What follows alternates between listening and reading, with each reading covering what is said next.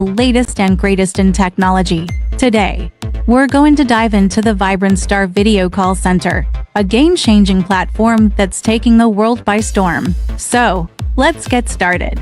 First off, let's talk about the Vibrant Star Video Call Center's actionable marketplace. This feature allows you to easily connect with potential customers and clients, making it a powerful tool for your business. With just a few clicks, you can create a professional profile, share your products or services, and start building your brand. Now, let's move on to the advanced features of this platform. The Vibrant Star Video Call Center is designed to make your life easier, and it does just that. With its intuitive interface and user-friendly design, you can manage your calls, messages, and appointments with ease. Plus, the platform is equipped with advanced analytics, so you can track your progress and make data-driven decisions to grow your business. But wait!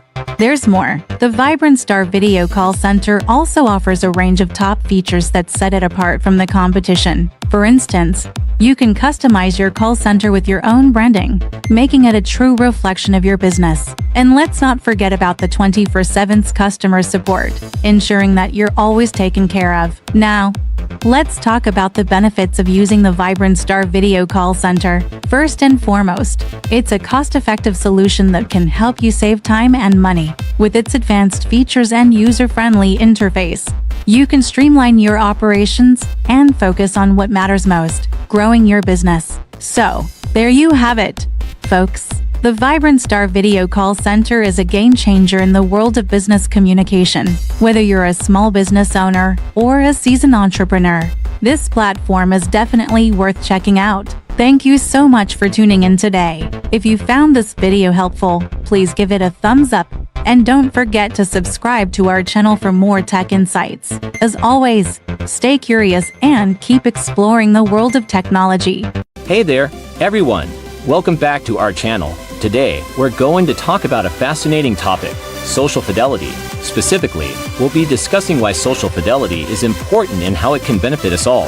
So, let's dive right in.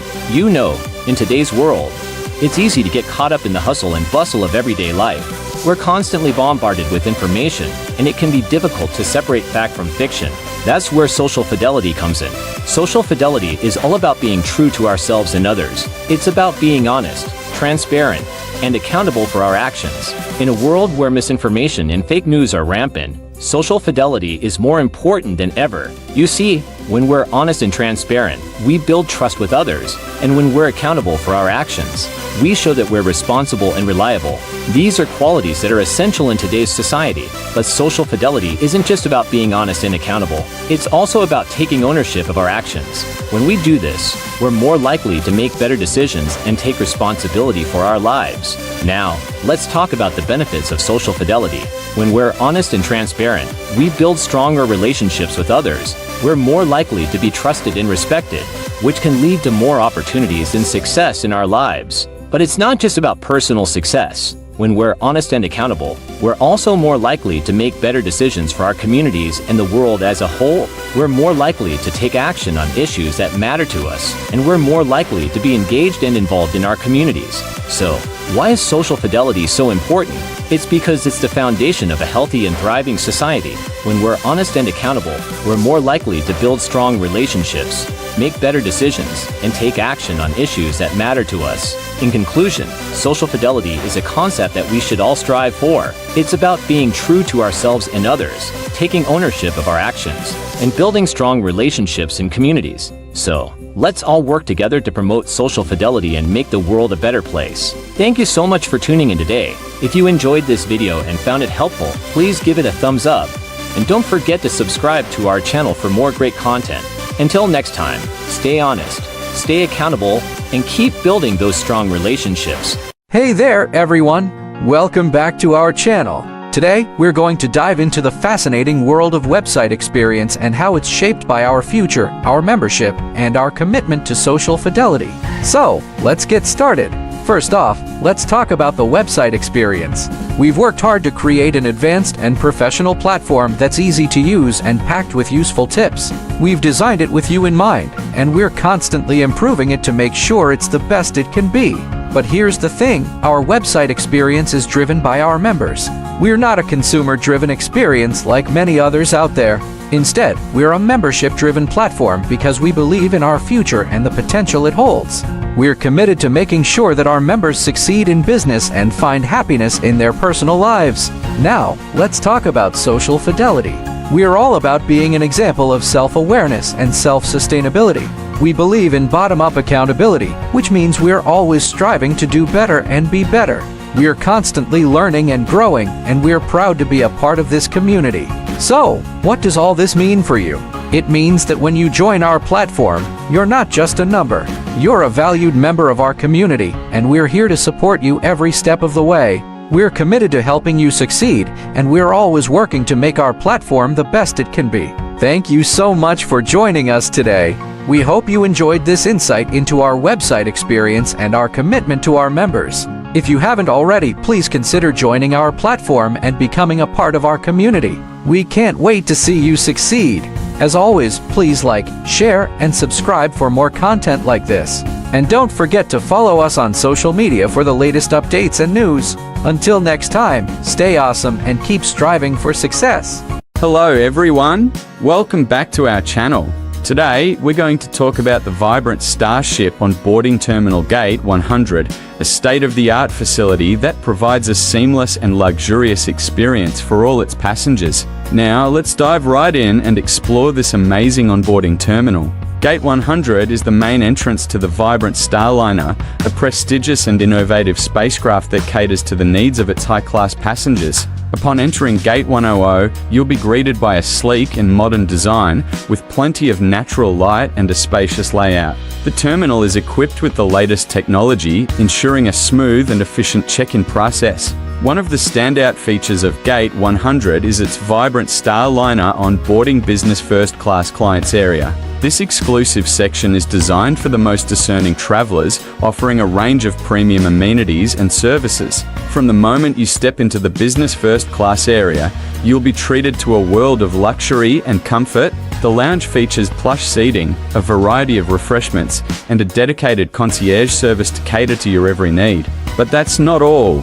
Gate 100 also houses the vibrant Starliner onboarding business first-class clients tower blog public knowledge base. This comprehensive resource center is at your service, providing all the information you need to make the most of your journey. The vibrant Starliner onboarding business first-class clients tower blog public knowledge base is a membership-driven knowledge base, meaning that you'll have access to exclusive content and updates on the latest travel trends and tips. So, what makes Gate 100 truly unique is its commitment to providing a seamless and personalized experience for all its passengers. The terminal is designed to cater to the needs of every traveler, from the casual explorer to the most discerning business traveler. In conclusion, Gate 100 is a testament to the vibrant Starliner's commitment to excellence and innovation. With its sleek design, state-of-the-art technology, and dedication to providing a top-notch experience, Gate 100 is the perfect gateway to your next adventure. Thank you for joining us today. If you enjoyed this video, please give it a thumbs up and don't forget to subscribe to our channel for more exciting travel content. Safe travels, everyone! Hey there, tech enthusiasts! Today, we're diving into the world of social fidelity and beyond 5G business class services. This innovative platform is designed to help businesses thrive in the digital age, offering unlimited data services, dedicated device management, and so much more. So, let's dive right in. First off, Social Fidelity and Beyond 5G Business Class services offer unlimited data services. This means that you can enjoy uninterrupted connectivity, allowing you to work seamlessly from anywhere, at any time. Whether you're in the office or on the go, you'll always have access to the internet, ensuring that your business operations run smoothly. But that's not all. Social Fidelity and Beyond 5G Business Class services also provide dedicated device management. This means that you'll have a dedicated team of experts who will manage your devices, ensuring that they're always up to date and running smoothly. This not only saves you time, but also ensures that your devices are optimized for maximum productivity. Additionally, Social Fidelity and Beyond 5G Business Class services offer hosting connectivity. This means that your data will be stored securely in the cloud, allowing you to access it from anywhere. This is particularly useful for businesses that need to collaborate with remote teams or access data on the go. But perhaps the most impressive feature of Social Fidelity and Beyond 5G business class services is its ease of use. With a user-friendly interface and 24/7 by 365 live operations, you'll have access to comprehensive support tailored to your business management needs. This means that you can focus on running your business, while the platform takes care of the technical aspects. So, if you're a business owner looking to take your operations to the next level, Social Fidelity and Beyond 5G business class services might just be the solution you've been searching for. With its unlimited data services, dedicated device management, hosting connectivity, and ease of use, this platform is designed to help businesses thrive in the digital age. Thank you for tuning into today's video. If you found this information helpful, please give it a thumbs up. And don't forget to follow and subscribe for more tech updates. Until next time, stay connected and keep your business thriving. Hey there, everyone. Welcome back to our channel. Today, we're going to talk about actionable marketplace solutions and how they can help us become more accountable and productive in our daily lives. You see, by producing results and focusing on bottom-up accountability, our membership can truly shine as a vibrant example of what's possible. On the other hand, top-down corrective measures have often exposed the weaknesses of humanity, but that's all about to change. The Internet of Things is a wake-up call for all of us, urging us to be the change that others will see.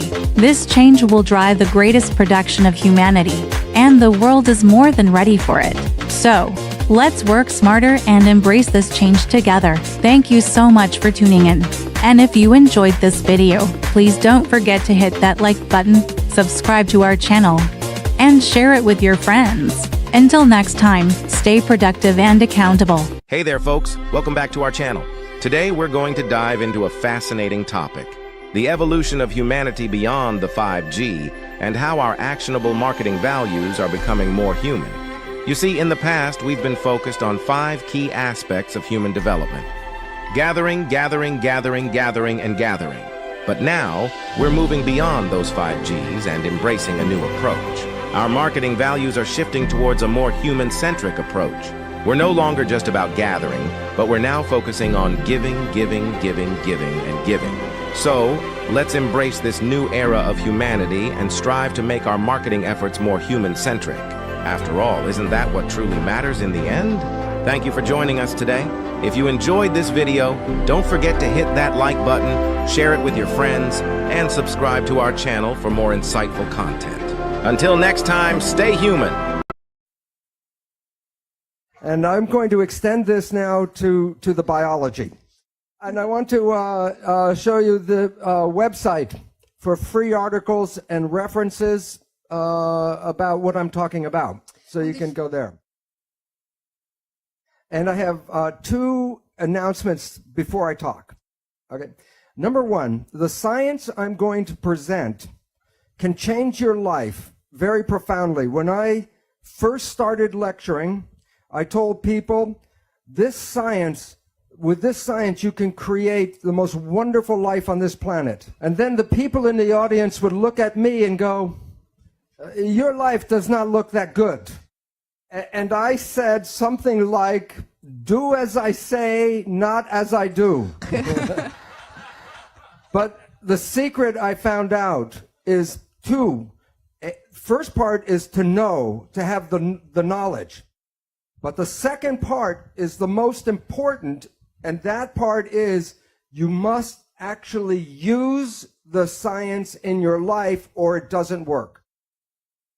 And the truth, as I see it from my own life, is that if there is a heaven, I think it's here right now. And that's from using my own knowledge in my life. And that's the big point. Okay, and number 2 is the medical profession does miracles. However, there are great problems in the medical profession. Medicine does miracles with trauma, like if you break something or you got to cut something out or put something back in, they do miracles. However, if there are illnesses like cancer, Alzheimer's, diabetes, these kinds of illnesses, medicine does not do a very good job. And the reason it is not the practitioner. It is the education that we provide to the medical doctor. I was a professor in medicine. I taught medicine for 20 years, and we do not provide a proper and complete education. And the main reason, the pharmaceutical industry does not want us to teach how you can heal yourself. So if I say something bad about medicine, it's not the medical doctor. Okay. I am a cellular biologist, and I want to tell you about a misperception you may have. When you look in a mirror and see yourself and you see like one person looking back, that is not true. You are made out of 50 trillion cells, and the cells are the living entities. So you are a community, not a single person. But your mind is the government for the 50 trillion cells. And if you have a good government, you have health. If you have like a United States government, then you are sick. Dann schaut's schlecht aus. So the part that is the powerful part is in the mind. The cells, I will talk about cells for this reason. Because every function that you see in the human body is already present in every cell. Every cell has a respiratory, a digestive, an excretory system, a nervous system, and even an immune system in every single cell. So it's easier to understand how one cell works than to try to understand how 50 trillion cells work. There are two in philosophy. There are two beliefs about how life works, and they're very different opposing beliefs. These beliefs come from the time of the ancient Greeks before Christ. And the first belief is from a man called Democritus. He is the man that gave us the word atom. And this is what he said about how life works. That what you see physically is all there is. There's nothing in the empty space. If you want to understand life, then you have to understand atoms, and that means uncuttable. The smallest thing is an atom. And there's atoms, and then there's empty space. So atoms are in space. And then motion is when atoms hit each other and bounce like a billiard ball. So life is atoms colliding with each other. A completely different point of view is provided by Socrates. He has a dualistic vision. One is there's an invisible energy which he calls a form or a soul that gives shape to matter. That this energy was here before life and will be here forever. The energy is separate from matter. That the energy is perfect and ideal, and it is unchanging. Then he talks about the material world, the physical world, and he says that the physical world is imperfect or a corrupt shadow of the ideal. So, for example, you can imagine the concept of a perfect circle, but you can't, with a pencil, you can't make a perfect circle. So that the invisible world is perfect and the physical world is not. And this is the foundation of like the church that says that this world is not where we want to be. We want to be in the perfect world. So there are two beliefs of how cells are controlled. One is the control comes from the outside in, and the other is that the control is from the inside and goes out. The belief of the outside control is from Socrates, that a form or a soul comes in and gives life. And the followers of Socrates are spiritualists. In contrast, the followers of Democritus talk about atoms and mechanism. And in today's world, religion is the follower of Socrates, and science follows Democritus. Okay. The belief in Democritus is based on the work of Isaac Newton. Newton was studying what they believed the space and the stars were like a giant machine, a celestial mechanism. Then he created a mathematics called calculus and put in the data, for example, of the moon going around the earth, and it included mass, gravity, and acceleration. And with his equations, he could predict the accurate movement of the solar system. But he did not put God in the equation. He did not put spirit into the equation, or a soul, no energy. So he predicted the universe based only on studying matter. And in conclusion, he said the universe is a machine.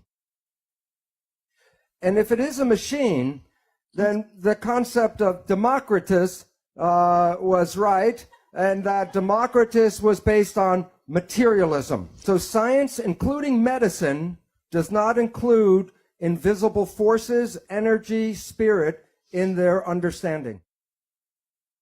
And the concept of René Descartes, he talks about a body, and then he said, cogito ergo sum, and he came up with the mind. But after Newton, then we separate the mind from the body, and this is a vital force. And in Newtonian physics, which is based on matter only, you eliminate the vital force in the mind. And then medicine only has the body left to study, the physical body. So in the universe, if the universe is a machine, then you can take it apart and study it, and then you will know how the universe works by looking at the pieces. So they look at the human body, and the human body is a machine. So in medicine, they take apart the body, look at the molecules, and then try to determine your health by just looking at the physical molecule.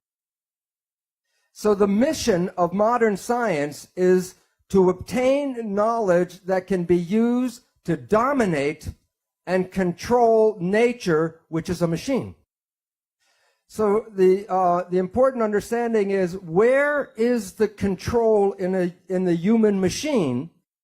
And from Charles Darwin, he said that the control is passed from parent to child because the traits of the parents are expressed in the child. And since they were only looking for physical things, chemicals, they took apart the sperm and the eggs to find which chemicals control life. And 100 years after Charles Darwin, James Watson and Francis Crick told us the story of DNA. The DNA is a double helix, and the pattern for the human body's materials are in just one single helix. So each strand has a pattern. The pattern is in what they call bases. And the bases, the letters of the bases are A, T, C, and G, the genetic code. And the sequence of the bases determine the structure of protein. And there are over 150,000 different proteins to make a human body. The proteins provide for the physical structure, and the proteins also provide for your functions.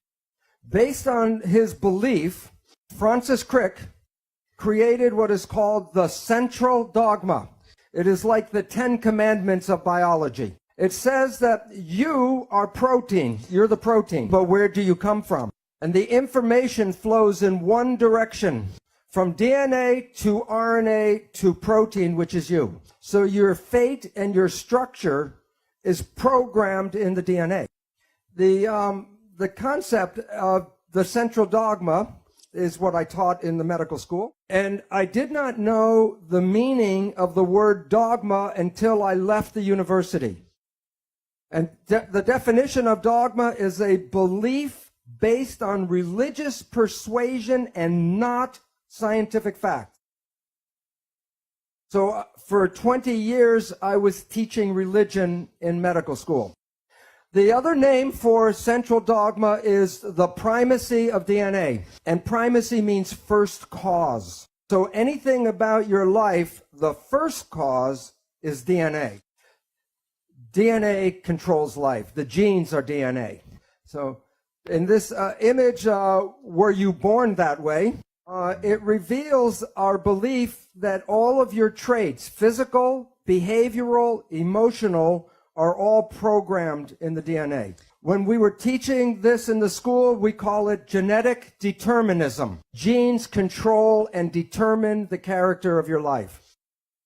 But you didn't pick the genes you came with. You can't change the genes you came with. So you become a victim of your heredity. If cancer is running in your family or heart disease is running in your family, you believe that you will be a victim of the same disease. So science teaches you that the genes are the controlling device, and that makes you powerless. And when people believe they're powerless, they become irresponsible. But the question is, what kind of belief do we teach in the end? So what we were teaching in medical school is conventional belief that the medical model is that you are a biochemical machine controlled by genes. And the significance of that is, this is based on logic. If a healing profession works in agreement with nature and science, then that healing profession should be a benefit to the patients. But if a healing profession does not understand science and nature, then it may be a detriment to the patient. The leading causes of death in the United States are as follows. Number 3, cancer, with 553,000 people die every year. Number 2 is cardiovascular disease, with 700,000 people die every year. And the leading cause of death is called iatrogenic illness. And what that means is illness due to medical treatment. 784,000 people die every year from medical treatment, not from the disease, but from the treatment of the disease. Over 300,000 people die from prescription drugs. So the belief in the medical model is false. There are 4 assumptions that Greg talked about, but I will talk about 3 of these assumptions and how they relate to the cells and the biology. Assumption number 1 is that the body is a physical machine made out of parts, chemicals, and molecules and atoms, and that's all you need to know. And this is the foundation of Newtonian physics, only studying the material. Assumption number 2, genes control biological expression. And assumption number 3 is that Darwinian evolution provides for the biological world that we have. I will now talk about each one of these in a row and how they relate to biology. The first assumption about Newtonian physics. Okay. Science is like a building with many floors, and the lower floors are the foundation for the floors above. The first floor in science is mathematics. Before Newton could understand the planets and how they move, he had to create differential calculus. From mathematics, then we go to physics. So Newton took us from math to physics.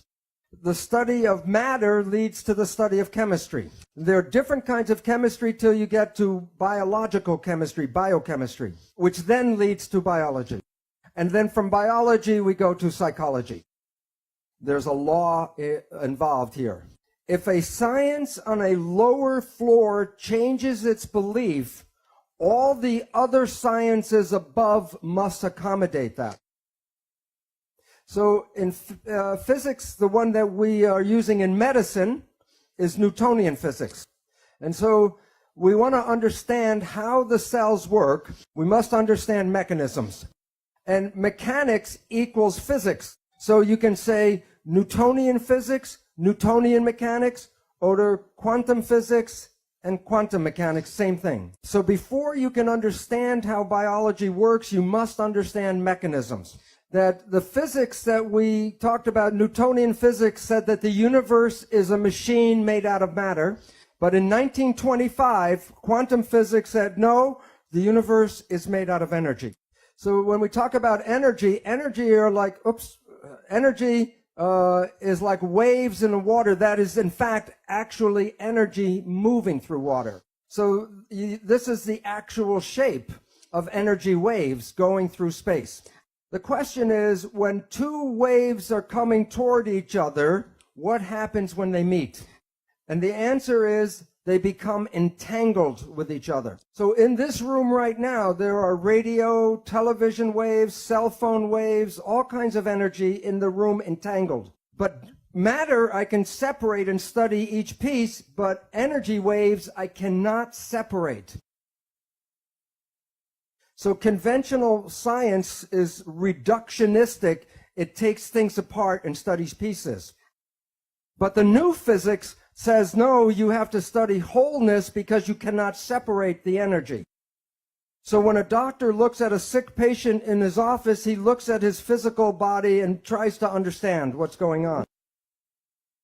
But what we all know about wholeness is that what affects the patient is his job, the family, the environment, the community, so that to study illness, you can't see it just in the physical body. So this is how energy waves interact.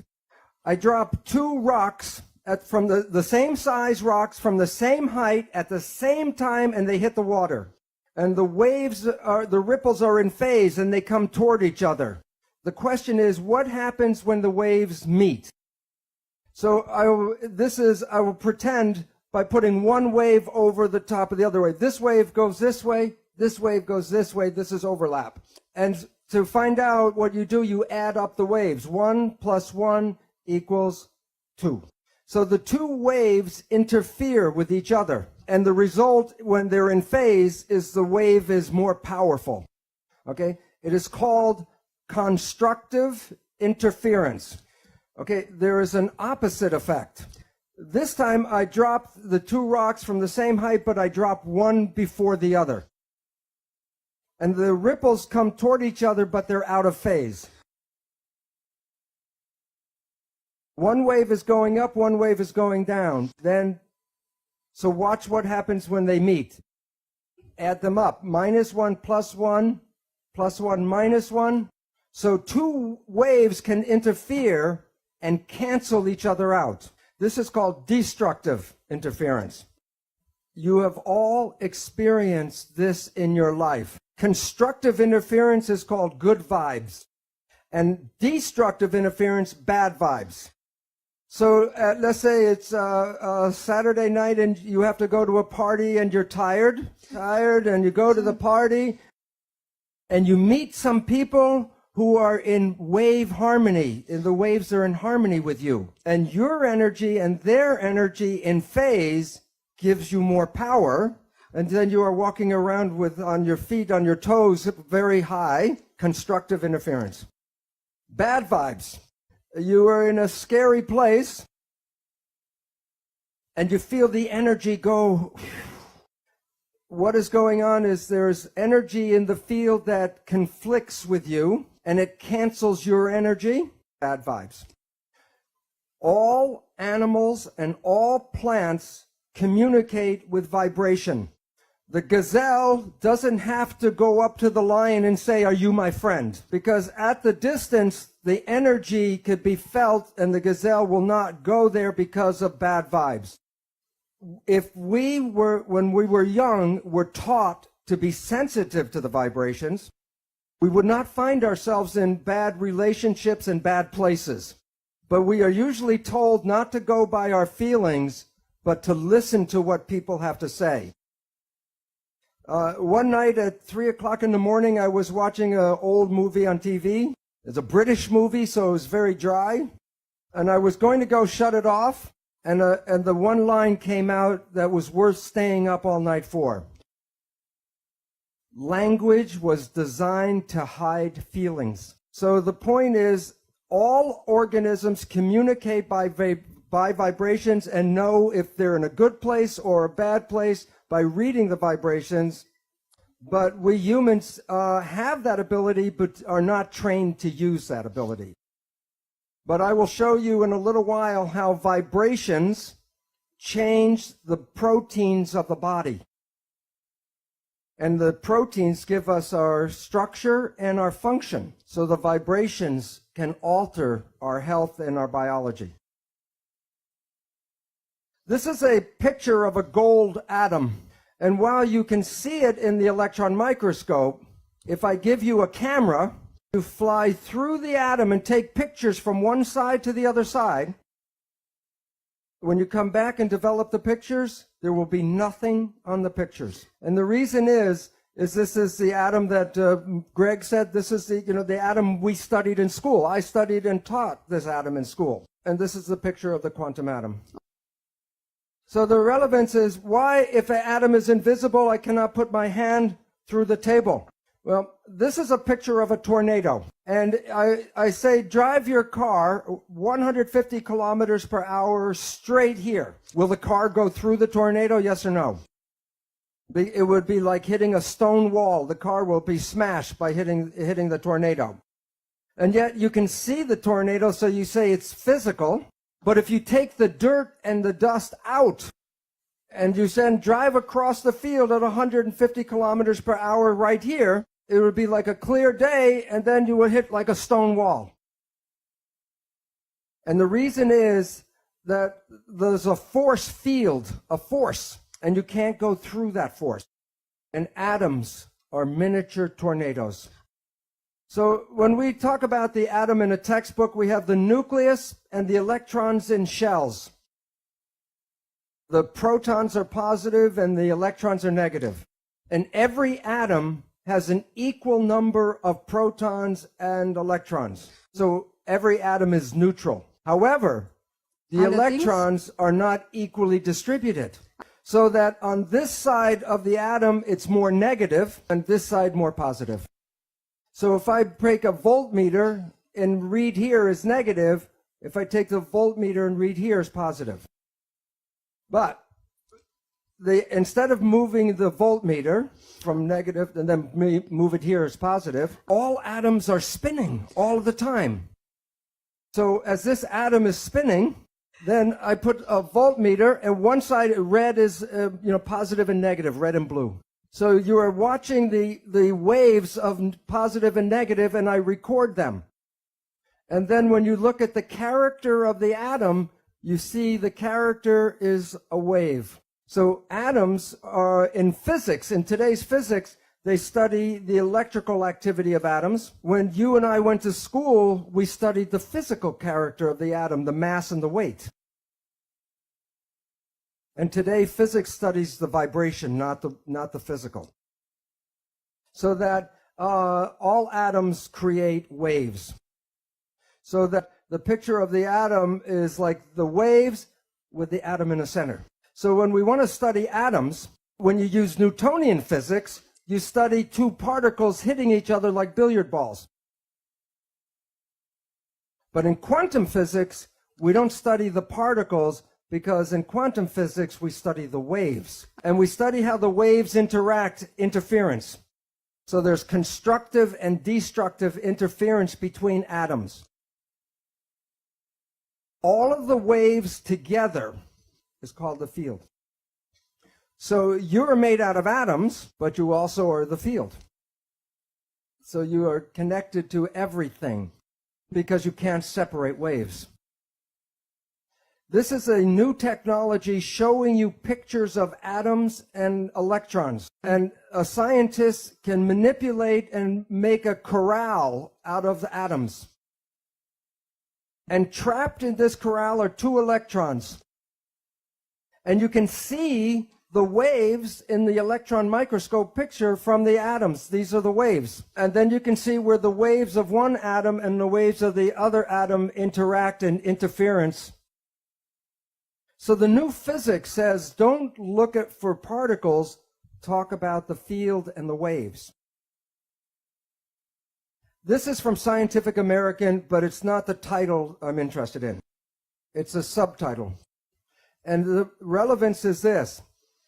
Are you made out of atoms and molecules, yes or no? Because if you are, then you are giving off light and energy, and you are absorbing light and energy. So while you see yourself as a physical entity, in the new physics, you are energy waves interacting with each other in the room right now.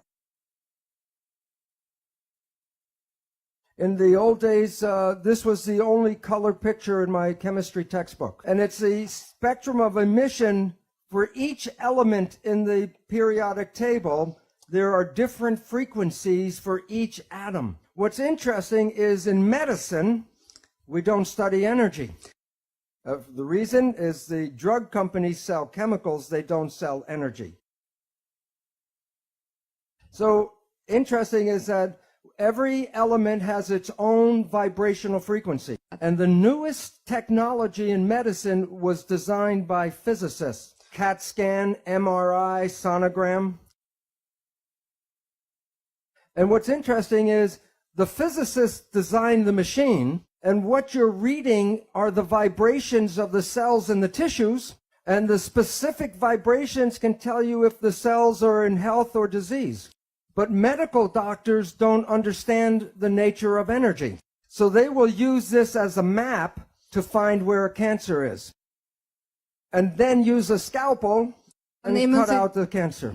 But remember, all atoms give off energy and all atoms absorb energy. And when two energies interfere, you can change the power from zero, from destructive, to increase the power, constructive interference. So instead of using a scalpel to cut out a cancer, you should be able to put energy into this cancer and cause the cancer to go away. And this is the physical foundation for hands-on healing for thousands of years. This is a simple experiment I did at my home for cheap. I took a piece of iron and a file and filed it and made iron dust. And I put the iron filings in a salt shaker and sprinkled them on the paper. Every time I sprinkle it, I get a random pile.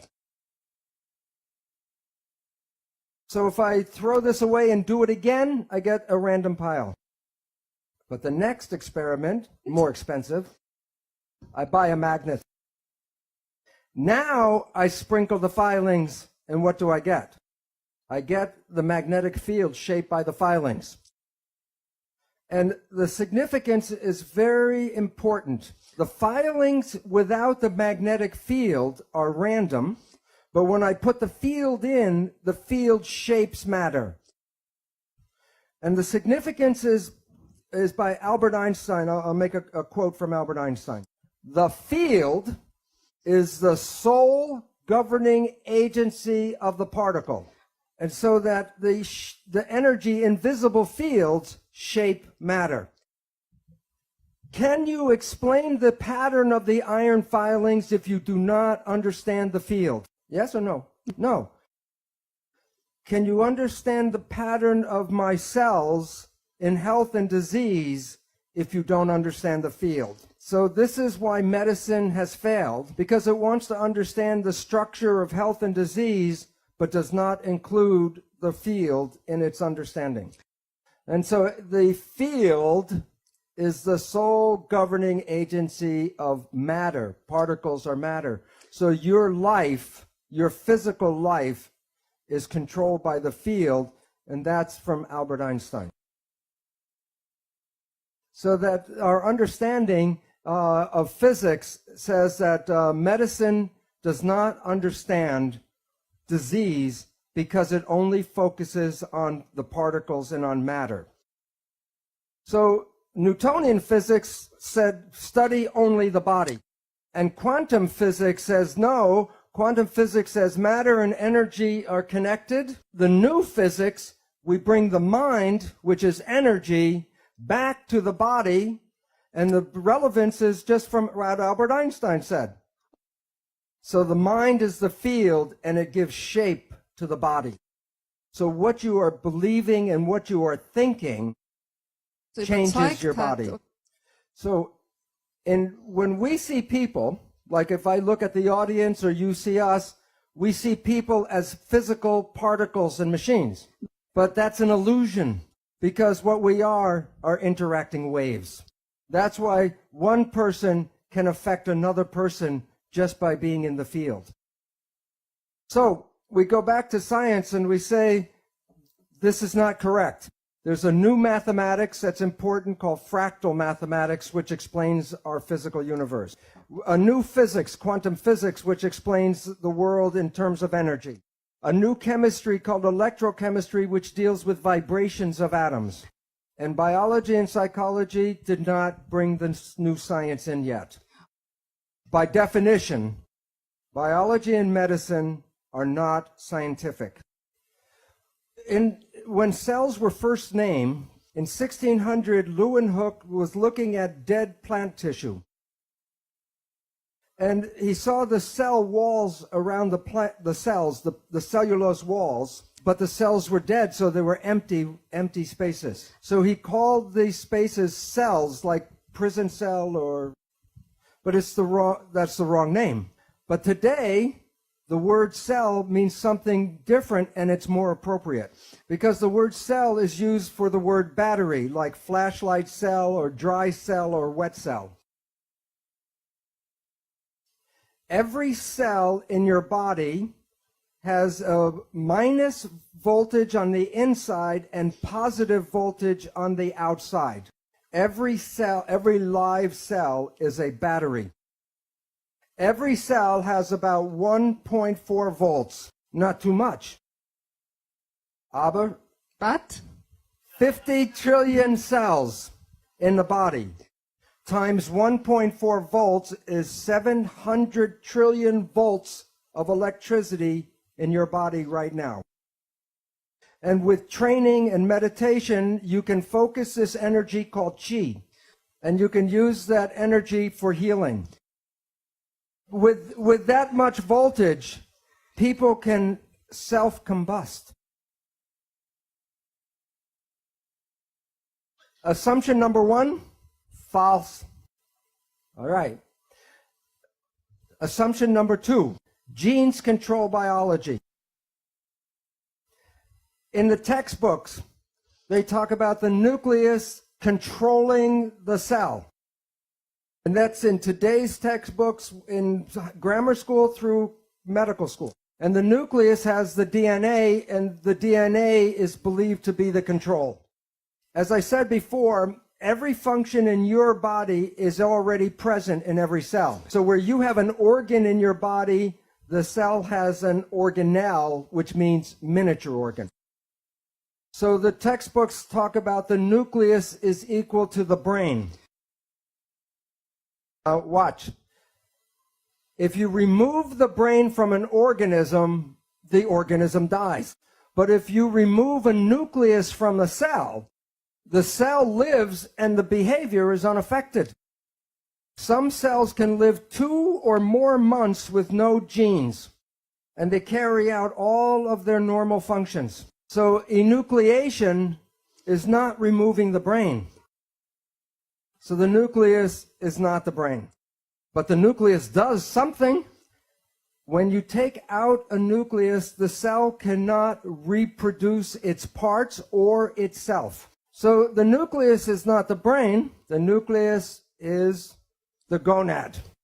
Since science is a male business, and since men think with this organ, they made it the brain of the cell.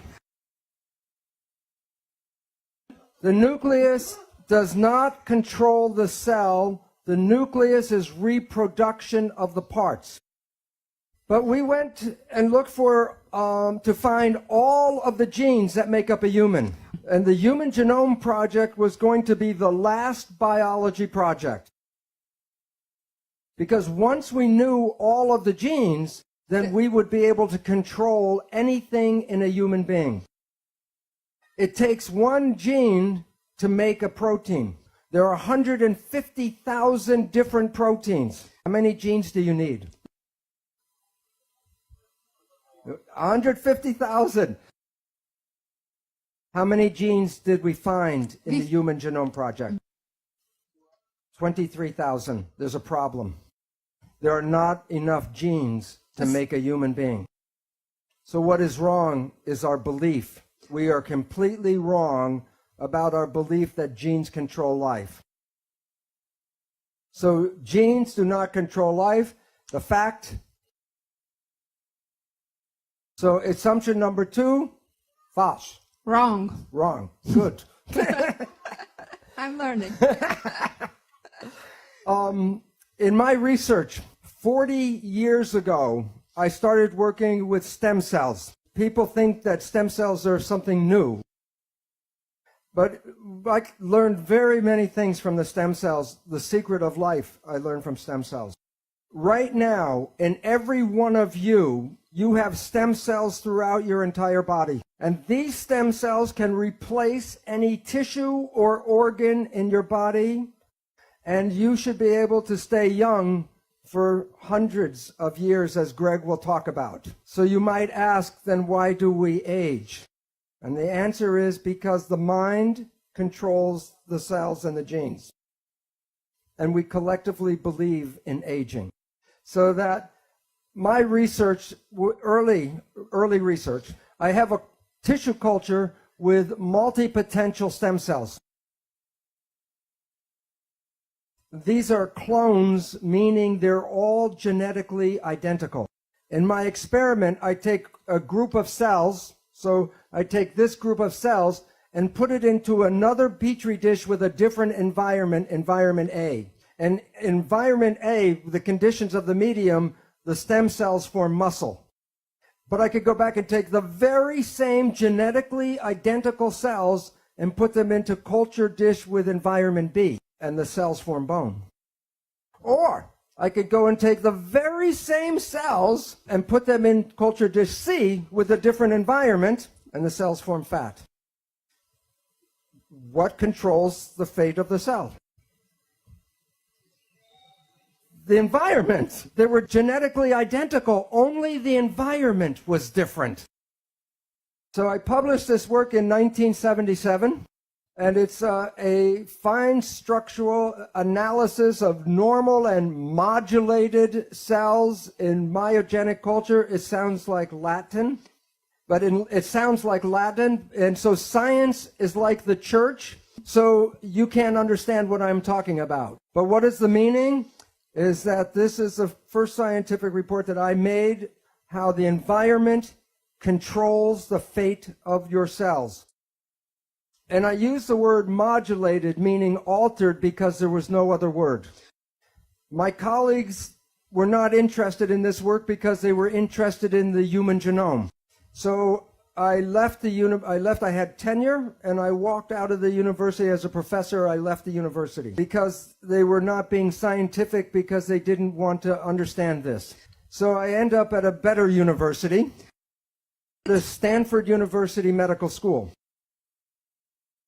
There I repeat the experiments, but more sophisticated.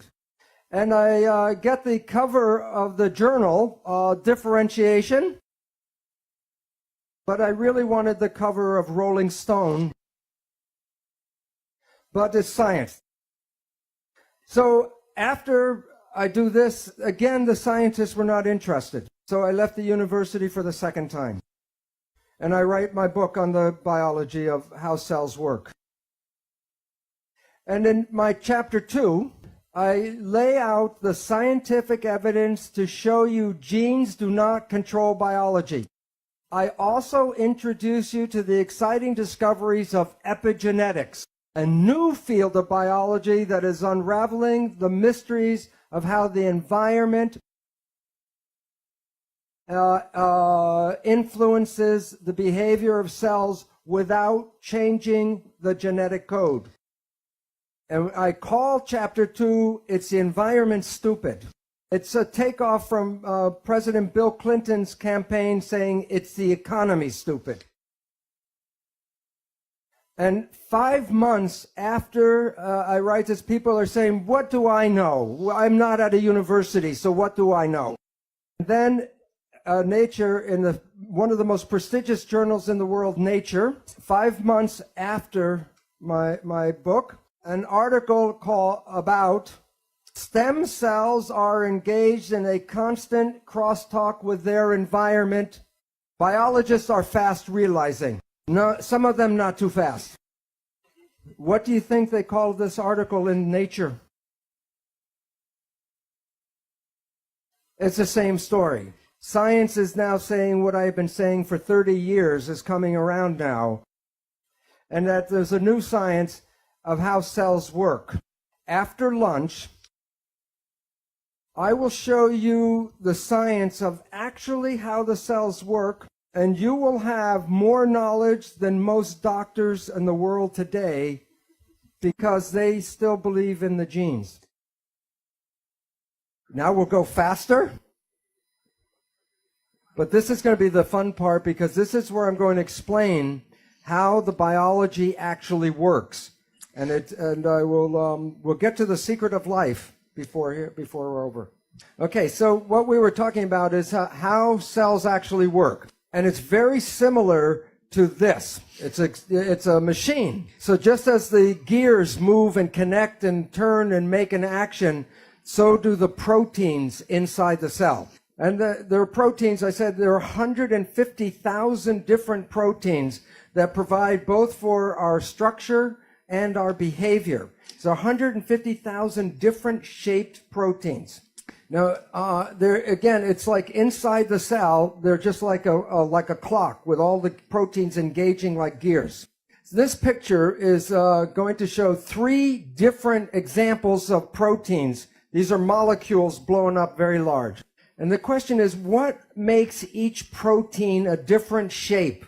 So where does the shape come from? And is underneath the skin, there's a backbone inside each protein, a backbone. And just like a backbone gives you your shape, or you can change your shape, so does a protein. Now, what's really interesting is that all proteins share the same characteristics, so I only have to talk about one protein, but then I'm talking about all proteins. All proteins have a backbone made out of linked units, just like the vertebrae. The backbone pieces are called amino acids. There are 20 different shaped amino acids. And what makes each protein different is the length of the chain and also the sequence of the different amino acids.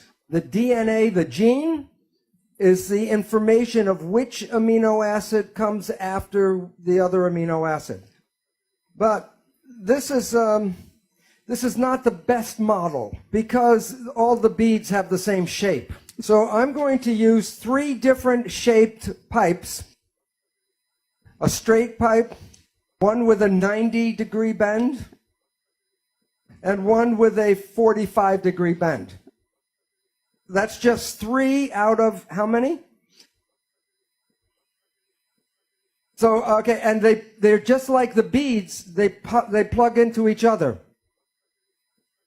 And these are bonds, and in the real chemical name, they're called peptide bonds. So I will assemble this one protein.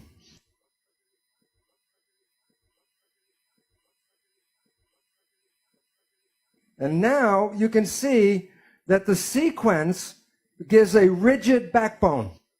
And one quick question.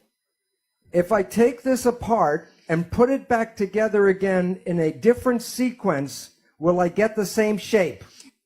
No. So good, because that means what's the point is that every protein has a unique sequence. So how does it work?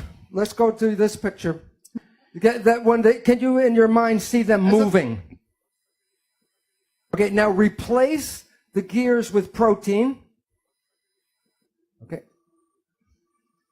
Now in your mind, can you imagine when this protein moves, it moves this protein, and then it moves this protein. And this is a combination of a protein and a metal machine. Now take away the metal parts, protein machine. Now, there are different groups of proteins. When they move, they make different functions. And the proteins are called pathways. Okay? So there's respiratory pathway, a digestion pathway, muscle contraction pathway, Okay, so inside every cell are protein gears. When they move, they make functions. And most students in like medicine or science or complementary medicine study this protein system called the Krebs cycles. Anybody knows the Krebs cycle? And these are protein gears that when they engage, create the function of the Krebs cycle. Okay, now are you ready for the secret of life? Okay, before I tell you the secret, I want you to know the sky is not going to open up and the light come in here. It's not such a big secret. Like a backbone, you can twist and flex and change the shape. So I will show you two shapes and ask you which shape is more stable, 1 or 2. And you can't answer the question because I leave out one fact. Okay, the yellow pipe are both negatively charged. 1, or this is 2. 1, which one? This one. Yeah, because the two negative charges, they repel each other. Okay, now the secret. There's a protein, and then there's something called a signal. The signal can be a chemical, like a drug, a hormone, a growth factor. Or a signal can be a vibrational wave. But I'll use the chemical one because you can see it. Now here's what this is negative, the yellow, okay? And this is positive charge, but more positive charge than this has negative charge. Okay? This comes like this. And when it gets near the protein, it will bind. What's the charge at this end? Yeah, and the charge here? Is this more stable or is this one more stable? What did it do? It changed shape? It moves. Movement is where life comes from. When proteins change shape, they create behavior. Now, if the signal comes off, what does the protein do? It moves back. So that you are made out of proteins, that gives you the structure, but the movement is the protein plus the signal.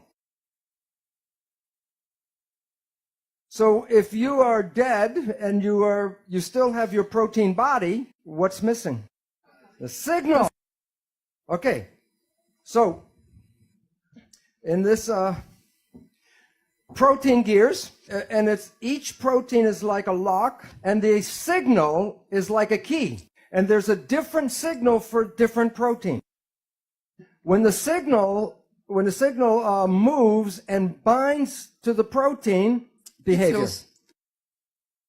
When the signal is not there, no behavior. If you want the behavior to go again, what do you have to do? Under signal. Another signal, and then protein goes again. Your body will move when the signals come, will stop when the signals are not there.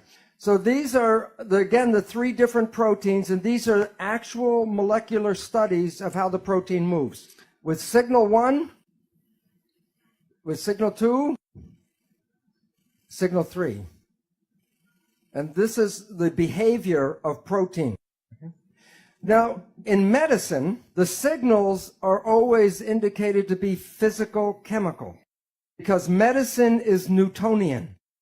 So all signals must be matter. Recently, physicists are looking at protein movement. And this is a paper in the journal Nature. And these 2 authors, Popfristic and Goodman, were studying how proteins move, the behavior. And they wanted to predict the movement. So like Newton, when he predicted the movement of the planet, they used Newtonian physics, a Newtonian equation, to predict the movement. It didn't work. And this is a review of this paper.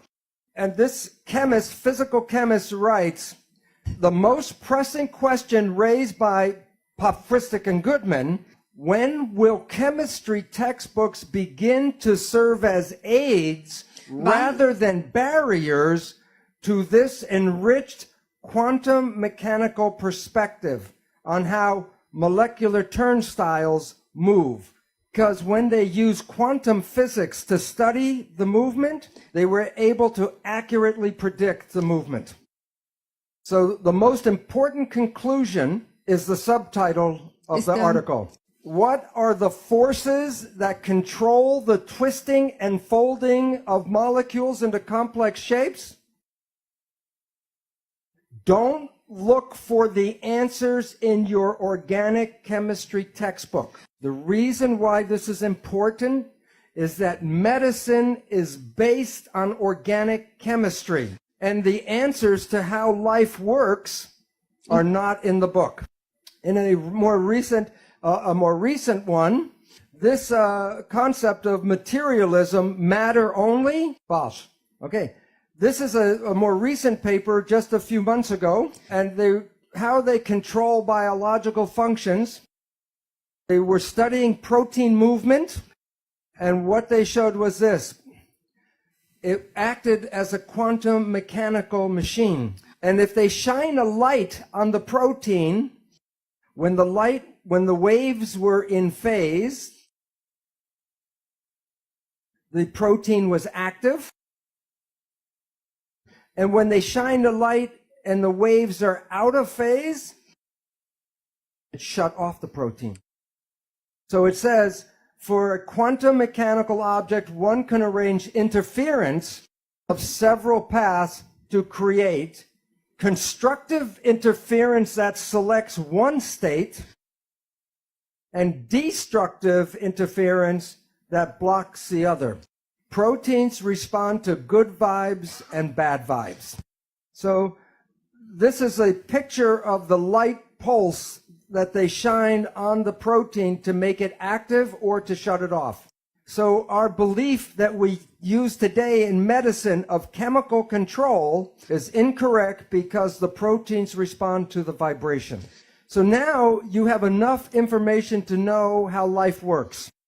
You are made out of protein. The signal, where does the signal come from? Field. Yeah. Right. And so the field is the signal. Medicine talks about molecules, but then physics talk about energy control. So the energy in your body that controls the protein is a vital force. So the new science brings back the old story of vital forces controlling life. So when a signal binds to a protein, what happens to the protein? It moves. It makes behavior. Okay? Now, if you are healthy, your behavior is good. But if you have a dis-ease, the behavior is not right. Question: what can cause disease? There's only two things. Either the protein is bad or the signal is bad. Now look, people with bad proteins got them from birth defects, because if you were born with defective genes and the genes make the protein, then the protein is defective. But less than 5% of the population has birth defects. That means 95% of the people should have a healthy, happy existence. But if you were one of the healthy people and now you are sick, what would cause the problem? All right. There are only 3 ways to mess up the signal. 1, trauma. So if I fall off the stage and wrench my back, the signal is interfered with. Number 2, toxins. If the chemistry is not good inside the body, the signal cannot be passed through bad chemicals. Both of these interfere with the propagation of the signal. But the third one is thought. the mind. There's nothing wrong with the body. It's just sending the wrong signal at the wrong time. So if you change your thought and your mind, you can change the biology. And the mind is the primary cause of illness on our planet today. Okay, so now, I will now go and say the brain is what controls the signals. So I will now show you how the brain of the cell works, because it's the same mechanism that the human brain uses to control our own life. So where is the brain? What controls the cell? Brain. Where is the brain? They know. Yeah, they read your book. The membrane. Now you might say, I said before that you and the cell are the same. So you might say, am I saying that your skin is the brain? Yes. Yeah. Yeah. Yeah. Yeah. In embryology, the sperm and the egg come together to make a zygote. And then the cell divides and makes a ball of cells called the blastula. And then the cells form three concentric layers. The outer layer is called ectoderm, the middle one is called mesoderm, and the inner one is endoderm.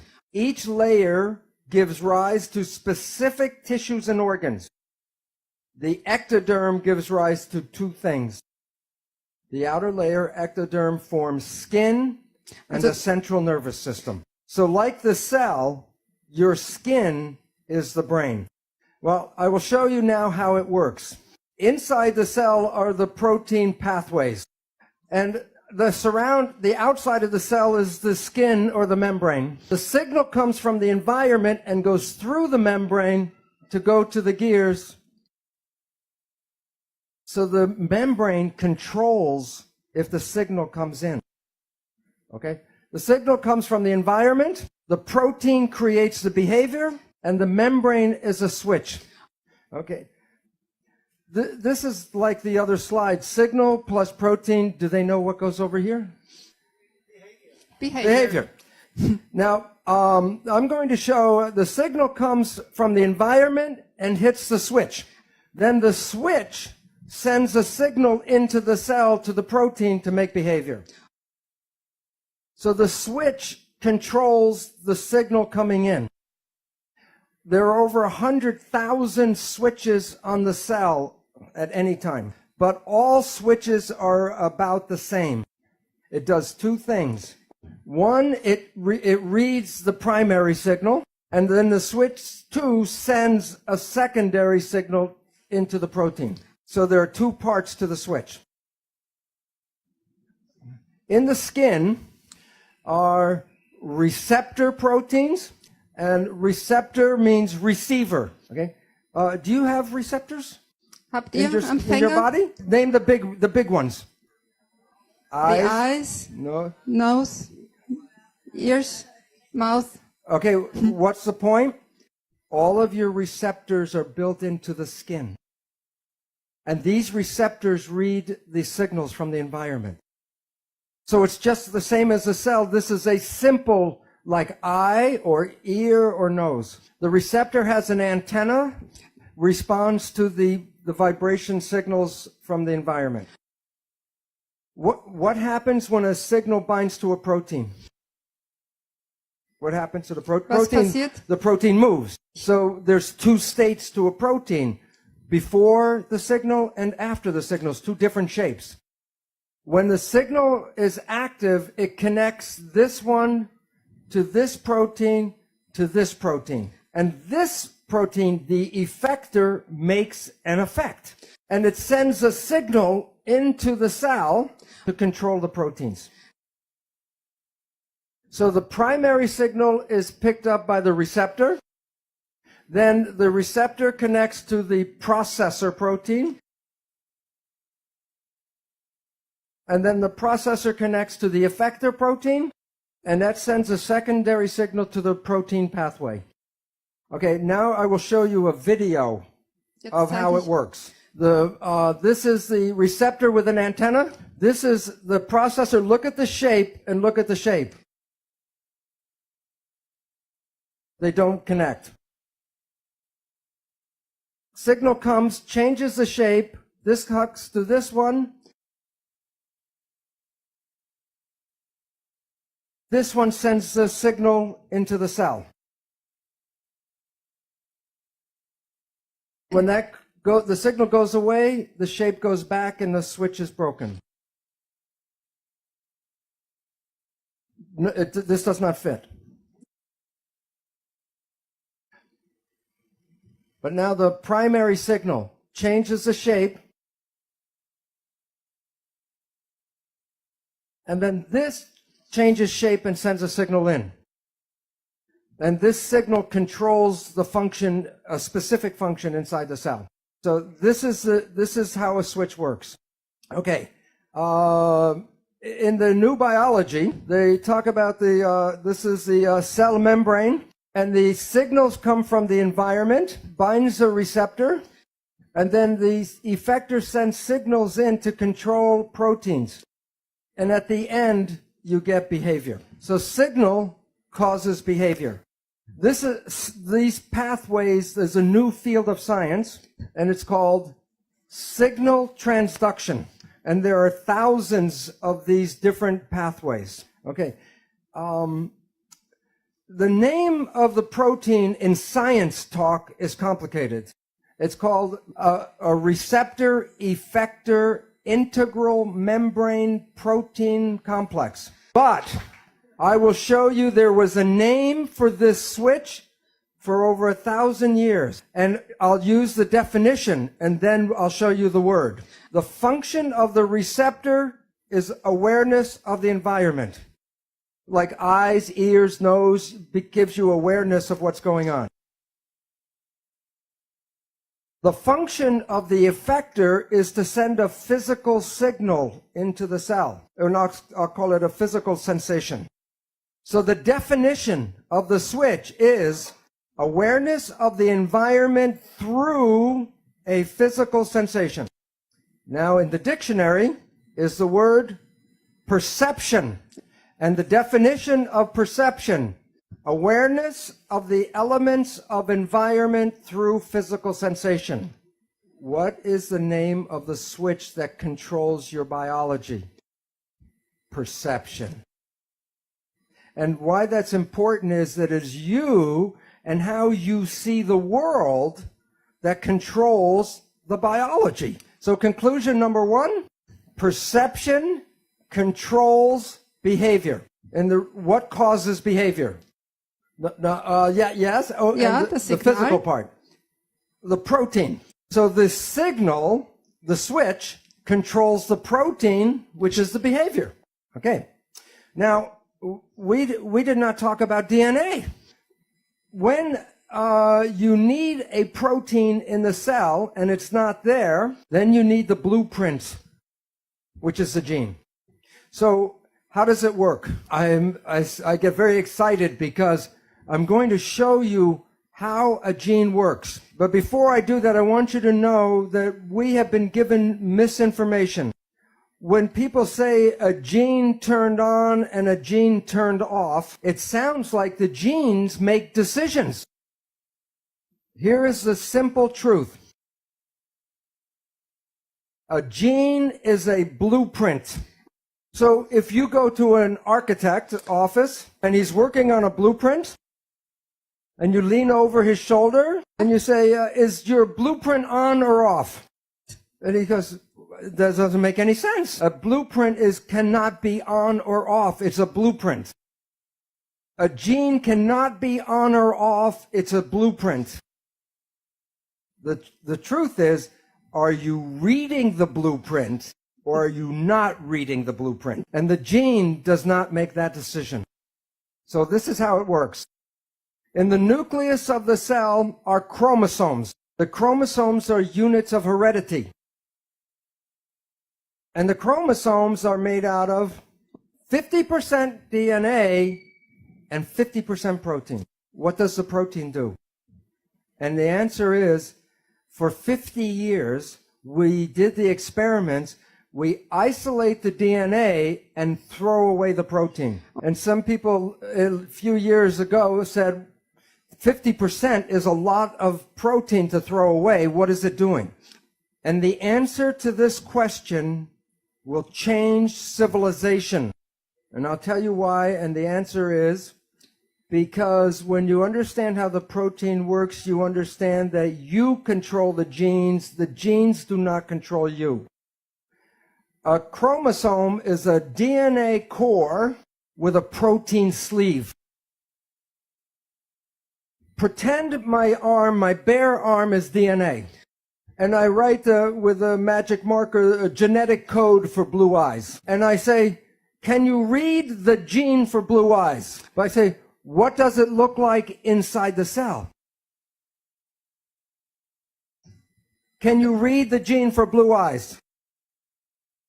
If you want to read the gene, what do you have to do first?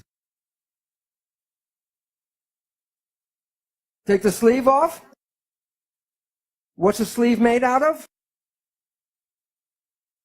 And what causes a protein to change shape? The signal. Okay, so this new science is called epigenetic control. Before in school we teach genetic control, which simply means control by genes. Epi means above, like epidermis. Okay, so epigenetic control says control above the genes. Now I will show a video how it works. Very simple. Okay, the chromosome is DNA core with protein sleeve. At the beginning of each gene is a protein called a regulatory protein. The signal binds to a specific protein. The protein sleeve comes off, and then the DNA is exposed. Then a device will come up and make a copy of the gene, and this is the blueprint used to make the protein, RNA. And the signal comes off, and the gene is covered up again. Okay, now watch with fast. Signal from the environment selects the specific gene, sleeve comes off, the RNA, you make a copy, DNA, RNA, and goes to make protein. And then the sleeve comes back on. Now this time, let's see what the DNA did. Come on, DNA, do something. Come on, do something. Do something. Nothing. The gene does no control. The gene is never on or off. The gene is read or not read. And what do you think controls the signal? Perception. Okay? Now, so this is the same kind of signal transduction. And so the receptors are the input from the environment. Then the signal travels through the proteins. It goes to the nucleus and affects the proteins of the chromosome. And then the copy of the gene is made, and that's the output. You are not the victim of your genes because you control your genes. One gene blueprint using epigenetic control can make 30,000 different proteins from one blueprint. So you can come with good genes, and then through epigenetic control create cancer, diabetes, and it has nothing to do with the genes, but epigenetic control. So you can come with good genes and make mutant products, or you can come with a mutant gene and become normal.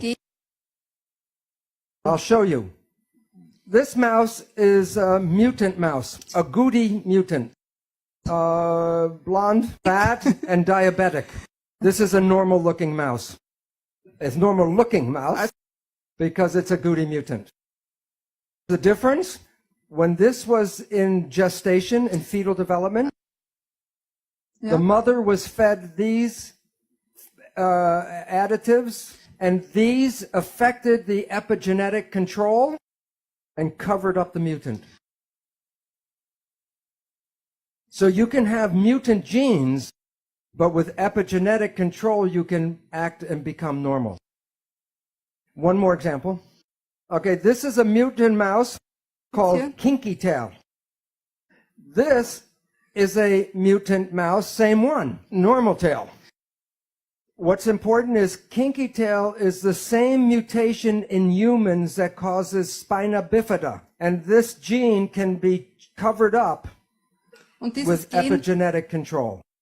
So you're not the victims of your genes because you can change any of your genes anytime. The following is a quote from the scientist who did this. Both nature and, I think it's written, so both nature and nurture are important and both are intertwined, but what's bigger is epigenetics in terms of bulk. Genomics might be the tip of the iceberg, but epigenetics is the base. Medicine has some information about this, but it doesn't have very much about the bigger thing called epigenetics. When this becomes known to the public, it returns responsibility for your health to you, and you are not a victim of your genes. And recently, it is becoming more public. And the recent issue of Discover, DNA is not your identity.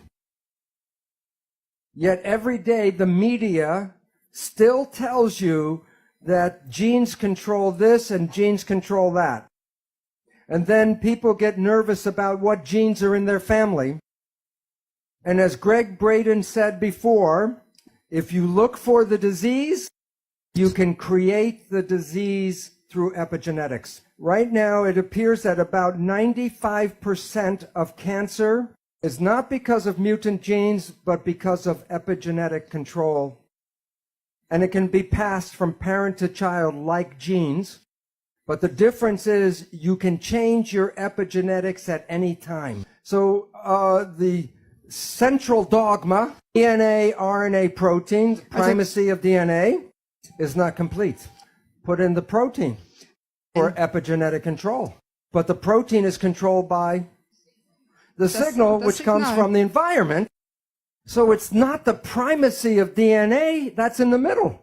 It's the primacy of the environment. Number 2, perception, the switch, controls the activity of genes. If you change your perception, you change the reading of your genes. If someone tells you you're going to have a disease and you believe that, then you can create the disease.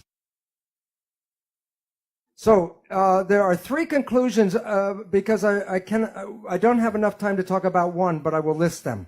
Okay, conclusion 1, perception, how you see life, the switch, controls behavior because that's protein. Perception controls which genes are being read and how they're being read. And the one I didn't have time for right now is the 3rd one. Perception can rewrite the genetic code. So perception controls life. No 2 people see the world in the same way. They have different perceptions. But let's do a perception test. Okay, this is the question. The first one is a simple question because it's important because perception controls your biology. So the perception test is a simple one. Is the surface area of A greater than, equal to, or less than the surface area of B? Which is greater? B, yeah. This is they're equal size squares. Not equal, but they're uniform. So I want to make a more difficult test. I will show you 2 surface areas that are not regular. You must, with your mind, see which is bigger. So it Articulation. depends if you're in the front row or the back row, or you have glasses, or if you're well or not well, what you see. So it's a question. I'll use a map. Which has more surface area, Europe Book or it, Smith. South America? Calculate in your head the surface.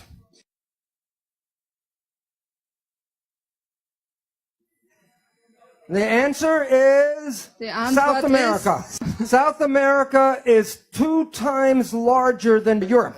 Twice as large. You could see that, right? The map is wrong. This is the Mercator map. It was made by Germans. Where did they put Germany? Deutschland is in the dead center. Isn't the equator the dead center? This map is wrong. You want to see the correct map? It's called the Peters projection map. Which is larger, South America or Europe? The point is that you learn perceptions. And sometimes your perceptions can be right, and sometimes your perceptions can be wrong. Since perception controls biology, and since they can be right or wrong, then it's more accurate to say that belief controls biology. What you believe creates your life on the inside and on the outside. When I come back tomorrow, I will show you where you got your beliefs from, and I will explain why it's very difficult to change your beliefs even when you talk to yourself. It doesn't work.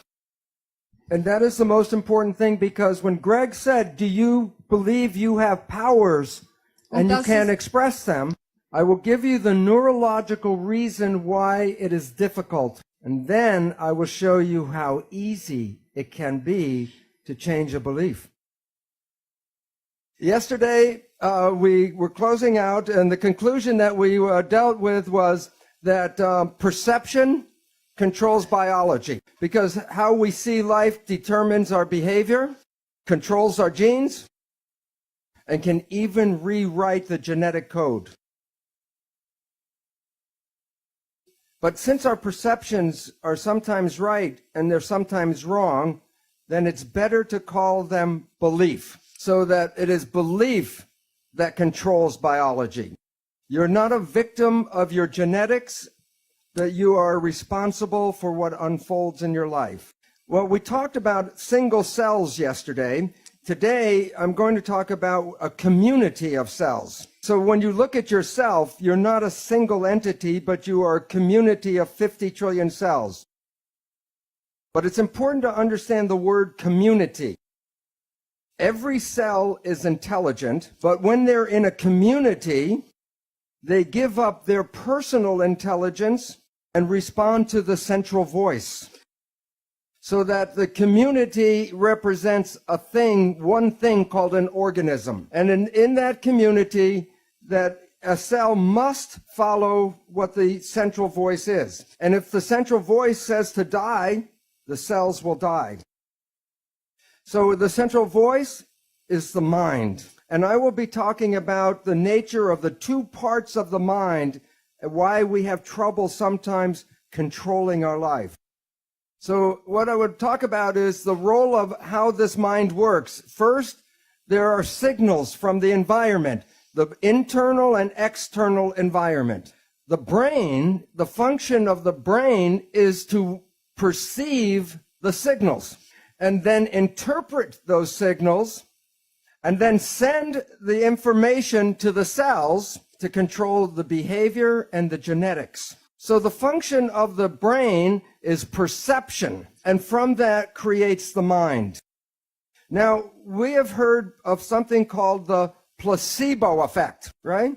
The placebo effect is when you have a very positive thought that something can heal you, even if you don't know it, but it's a sugar pill, but you believe it's the real medicine, then you can heal yourself with that. So the pill didn't heal you, it was the thought that healed you. Statistics reveal that 1/3 of all medical healings, including surgery, are the result of the placebo effect.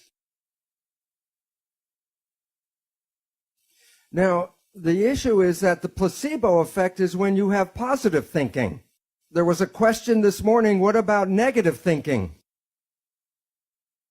And this is what medicine does not tell you, is that there is negative thinking, and it's called the nocebo effect. And in the same power that positive thinking can heal you, negative thinking can kill you. They're both the same effect. One is more positive, one is more negative, but the effects are exactly the same on your health. One will heal you, and the other can make you sick. The point is that negative thinking can create all the effects of chemotherapy. Now think about this. If a doctor tells you you have a disease, or the doctor tells you you're going to die, and you believe the doctor because he's the professional, the belief will give you a disease and can cause you to die. So belief becomes an important part of medicine. Now, many of you have heard about the drug Prozac. Every year, billions of dollars are spent on buying Prozac. And here's a surprise, that the Prozac is no better than a sugar pill, so that it is a placebo drug. And yet the people who take it believe in the drug so much, it makes them better. So if you believe that something is good for you, it will be good. And if you believe that it's harmful for you, it will be bad. In the United States, in the South, there's a religious group called the Baptist Fundamentalists.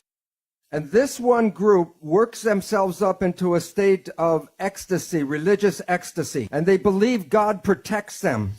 And so they will work with snakes, poisonous snakes like rattlesnakes, and they will even get bitten by the snake and nothing happens to them. Now look at this though.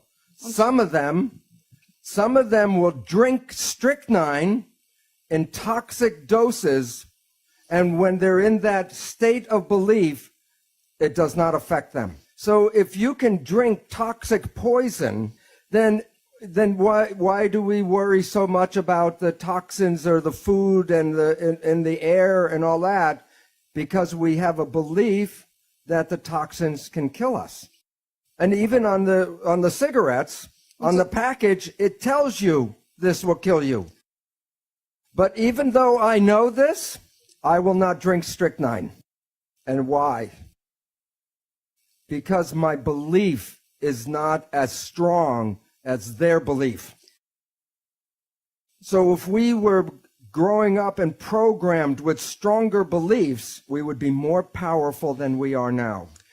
Belief is important about everything, including our health and our aging and the world that we live in. This is a picture of some beautiful women that dance in what is called the Palm Springs Follies. And I ask, what do you think is unusual about these women? They have arms, but they're in red gloves against the red, so it's hard to see. What is unusual? Their ages. To 75 years old. Aging is not in their belief because they have a passion to dance, and the passion keeps them young and alive and healthy. But most of us see other people grow old and expect that we must grow old like they do. And then a more important factor that Greg has talked about, belief becomes part of the field. So while you might want to believe you can stay young, the belief of everyone around you is more powerful and will get you to get old. So the question is, if we are so able to be healthy and young, why do we get sick? And one of the most important reasons is stress. I will now show you about how stress works using cells and then people. So I put cells in a petri dish, and I split the group into two sets. In one set, I put nutrients in front of the cells. The other, I put toxins in front of the cell. I put them back in the incubator, and I come back later and take them out. Where do you think the cells are in each experiment? When you come back, when nutrients are in the cells, in the dish, the cells move toward the signals as positive growth signals. But when toxins are in the dish, the cells move away from the threatening negative signals. So when the cells see something that gives growth, they move to the signal with their arms open to take it in. But if the cells see toxins, then what they do is they move away from the signal and close themselves down. Cells cannot be open and closed at the same time. Cells cannot move forwards and backwards at the same time. The conclusion, cells can be in growth or they can be in protection, but they can't be in both at the same time. Fraka. Does Bruce believe that the expectations of the scientists affect the movements of the cells towards the toxins or nutrients? Yes. But if you do the experiments without expectation, then the results are independent of you as a scientist. It's a very good question. I'll tell you why. When research on drugs is carried out by the drug company, it will be 4 or 5 times more in their favor than when the same research is carried out by independent people. So it's thought the scientist is very important in the process. So cells cannot move in both directions at the same time. They cannot be in growth and protection.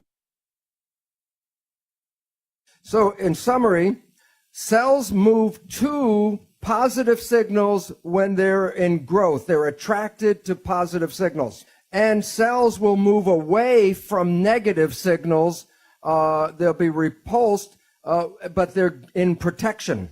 But there are signals that are neither positive or negative. I call them elevator music. When you get in the elevator, you don't dance, but you don't get sick.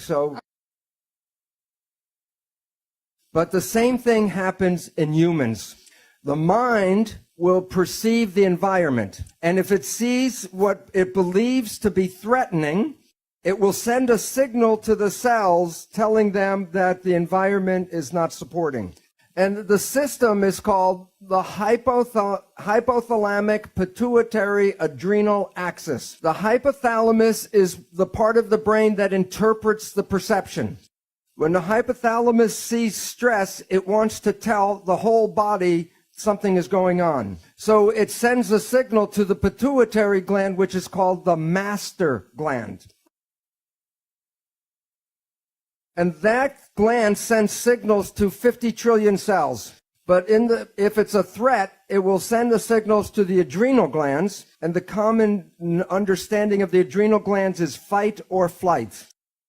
Then the adrenal glands release stress hormones to the body. And the first thing the stress hormones do, and I'll make a quote from a physiology textbook. The stress hormones cause the blood to preferentially go to the arms and legs. And why the preference for arms and legs? Right, that's so you can run or fight. But you missed something when I say it that way. If the blood is preferentially going to the arms and legs, where was the blood before it was going to the arms and legs? It was in the viscera. And what's the function of the viscera?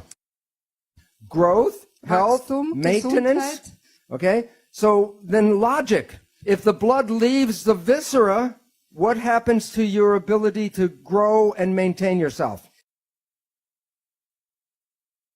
Well, it goes down. And the reason is when you're in protection, you shut off growth. So like the single cell, the whole body is in growth or protection, but not both at the same time. Now, some people think of growth from a baby to an adult, but everybody needs to grow every day. Even if you're 100 years old, you need to grow every day. And the reason is that your cells are dying every day. Billions and billions of cells, like the lining of the gut, has to be replaced every 3 days. That's why chemotherapy is very toxic. Because chemotherapy kills dividing cells, whether they're cancer cells or normal cells. That's why people that are on chemotherapy have trouble with digestion, and their hair falls out and doesn't come back, and the skin doesn't grow well. So if your days are filled with stress, then you are putting lots of hormones in your body to direct you for fight or flight. And that is why you start to get sick when you're under stress, because you are not replacing the cells at the normal rate. Okay, now there's another important effect about stress. When the hormones go from the hypothalamus to the pituitary and then to the adrenal gland, it releases the stress hormones. As I said, the stress hormones cause the blood to go from the gut to the periphery because the hormones squeeze the blood vessels in the gut closed. And the function of the stress hormones is to take the energy of the body and get it all to run and fight.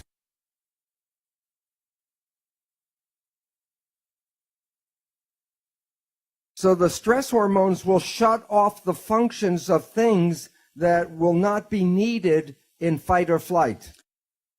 One of the most important uses of energy in the body is the immune system. And now think of this, the logic. Let's say you have a bacterial infection and you have diarrhea, and a lion is chasing you.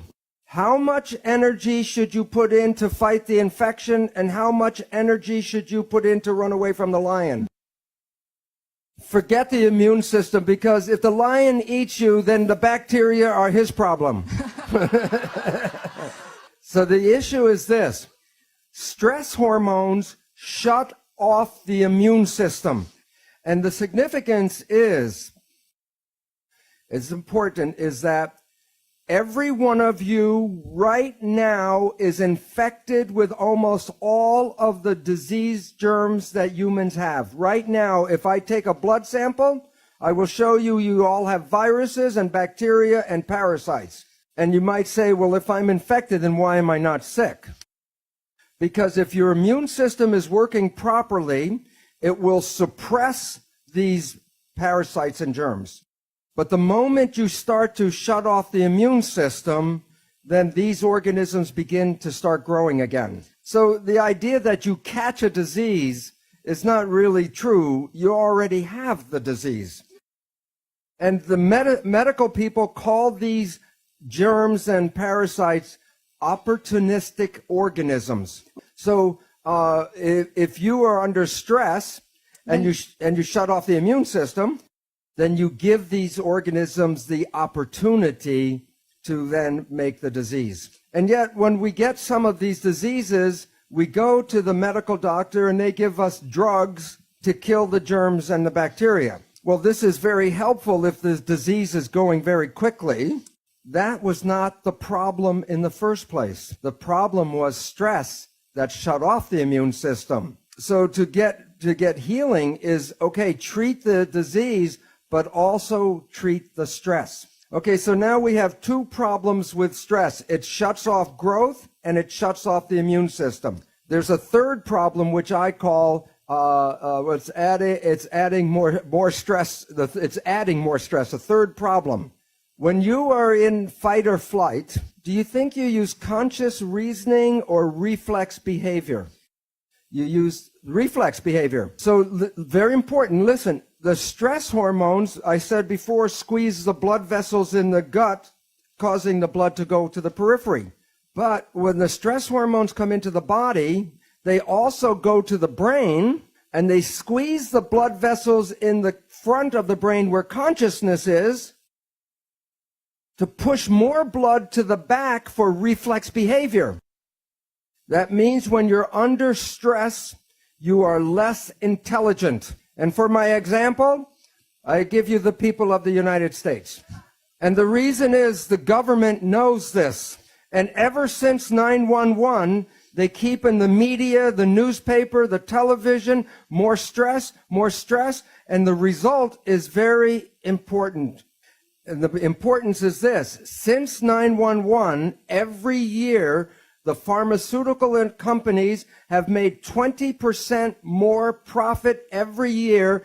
In 5 years, 100% more profit in selling drugs. So it's important to realize that stress affects you in many different levels, but all of them result in shutting down your life. So in our next picture, it's like the cells. People move toward positive growth attraction signals, and people move away from fear or threatening signals. When you move in this direction, you're in growth, and in the other direction, protection. And some things in our world are like elevator music, indifferent. It has now been demonstrated that love is the greatest growth signal in the world. For example, in Yugoslavia, where they have orphanages, who was the leader of Yugoslavia? I think, don't you mean Romania? Romania. Yeah. Oh, Romania. Yeah, go ahead with it. Also, Ceausescu was the leader. Yeah. That the people could not afford to take care of their children, and they sent them to orphanages. They got food, clothing, the protection of living inside. They got everything they needed to live except love.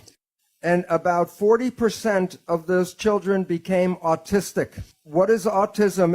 Is the child is shutting itself off from the world. It's in protection, closing itself down. And all of the parameters of health and intelligence in these children were greatly suppressed. They got everything but love. Okay, now the issue is, when we are in this direction in protection, we shut off growth, and that's when illness starts.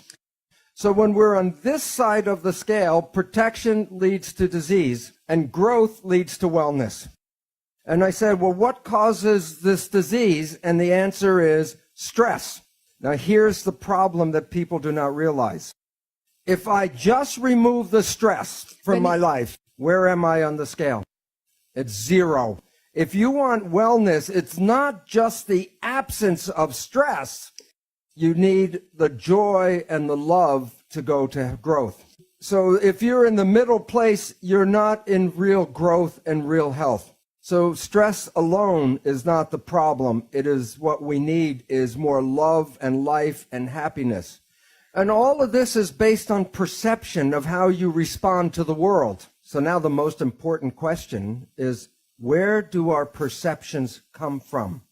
Number 1, genetics. We get instincts we are born with. You do not have to teach a child how to pull its hand out of a fire. It is also very complicated instincts. For example, when a baby is born, every baby can swim from the moment it's born. It can be born underwater and swim like a dolphin. And this brings up a question which I'll answer in a little bit.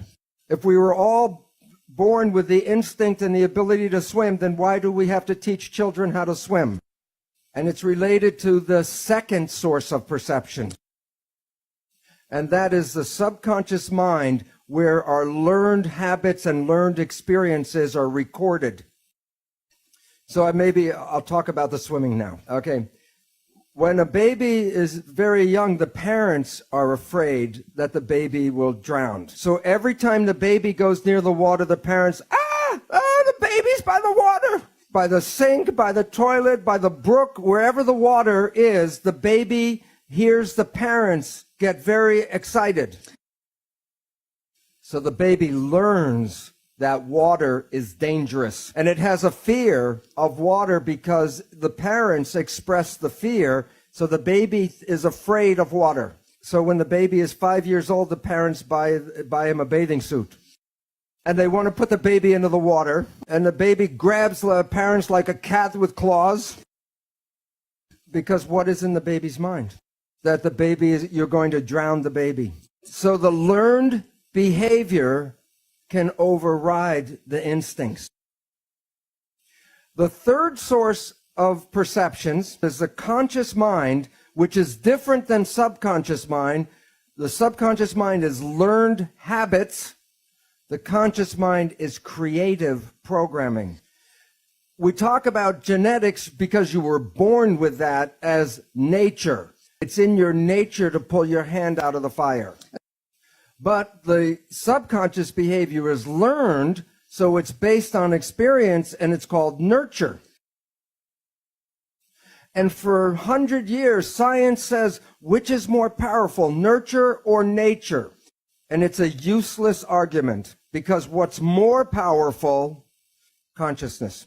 When you are conscious, you can rewrite the instincts, and when you become conscious, you can rewrite the experiences of your life. So that it is important to recognize that what we are not using enough of in our world today is consciousness. And I will describe in a little while how most of our lives, 95% or more of our life, is controlled by the habits of the subconscious mind. Now the question is, in development, what environment shapes fetal development? And the reason why the environment is important, as I showed you in tissue culture, the fate of the cell is controlled by the environment in which the cell lives.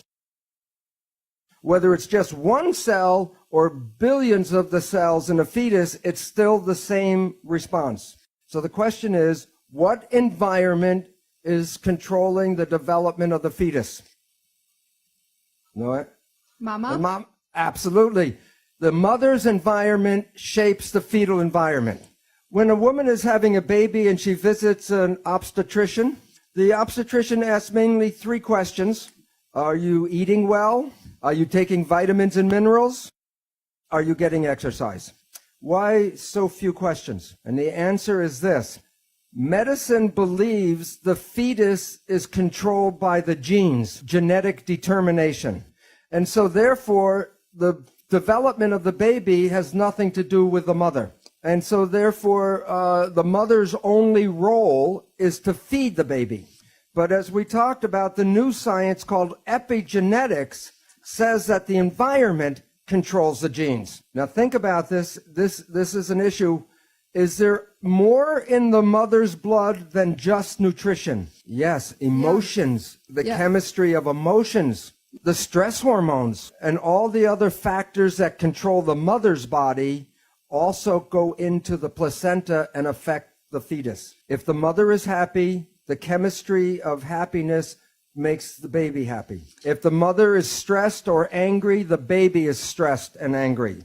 It's not the baby's brain that is controlling that. It is the response to the chemistry of the mother's blood. And now we know that the baby's brain is learning. Halfway through pregnancy, the brain starts learning. So the emotional patterns and behavior of the mother are being learned by the baby before it's born. But this does not leave the father out of the picture. Because if the father irritates or upsets the mother, then that is translated to the baby.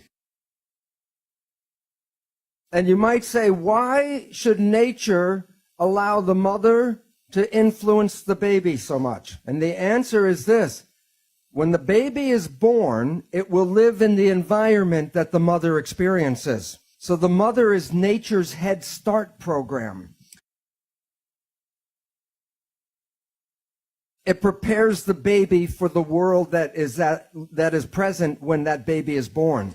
And that the influence of the mother and the chemistry of her blood influence the genetics of the child. So, for example, the experiences of the mother during World War II, and this is in the Netherlands, a scientific study, when there was not enough food and people were in starvation, the influence of the starvation on the mother was passed to and affected the genetics of the child. And when the child grew up and had her own baby, it passed the influence of starvation onto the next generation. In science, it's called the grandmother effect. That the grandmother is influencing 2 generations. As I mentioned, medicine has said that all the development is just controlled by the genes of the baby, and that the brain and the nervous system of the fetus doesn't really work until just near birth. This is now proven to be totally wrong. That the baby, as I mentioned, is learning by midway through pregnancy. It's learning now. So if the father talks to the baby through the abdominal wall, the baby will learn the voice of the father, And when the baby is born and the father says any words, the baby will know which one the father is.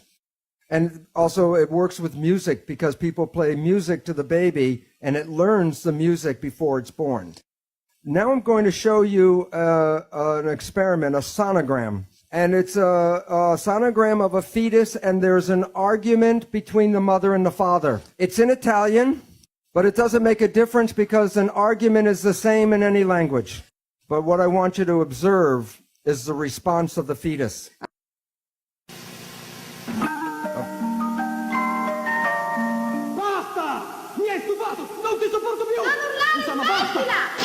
Quando un bambino nasce, ha già un passato. Siete voi. Non dimenticatelo, perché 9 mesi valgono una vita.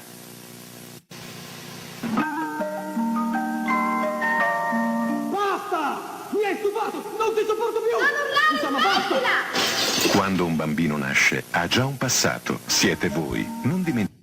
The baby experiences everything the mother experiences. And if there are patterns, that's when the baby learns.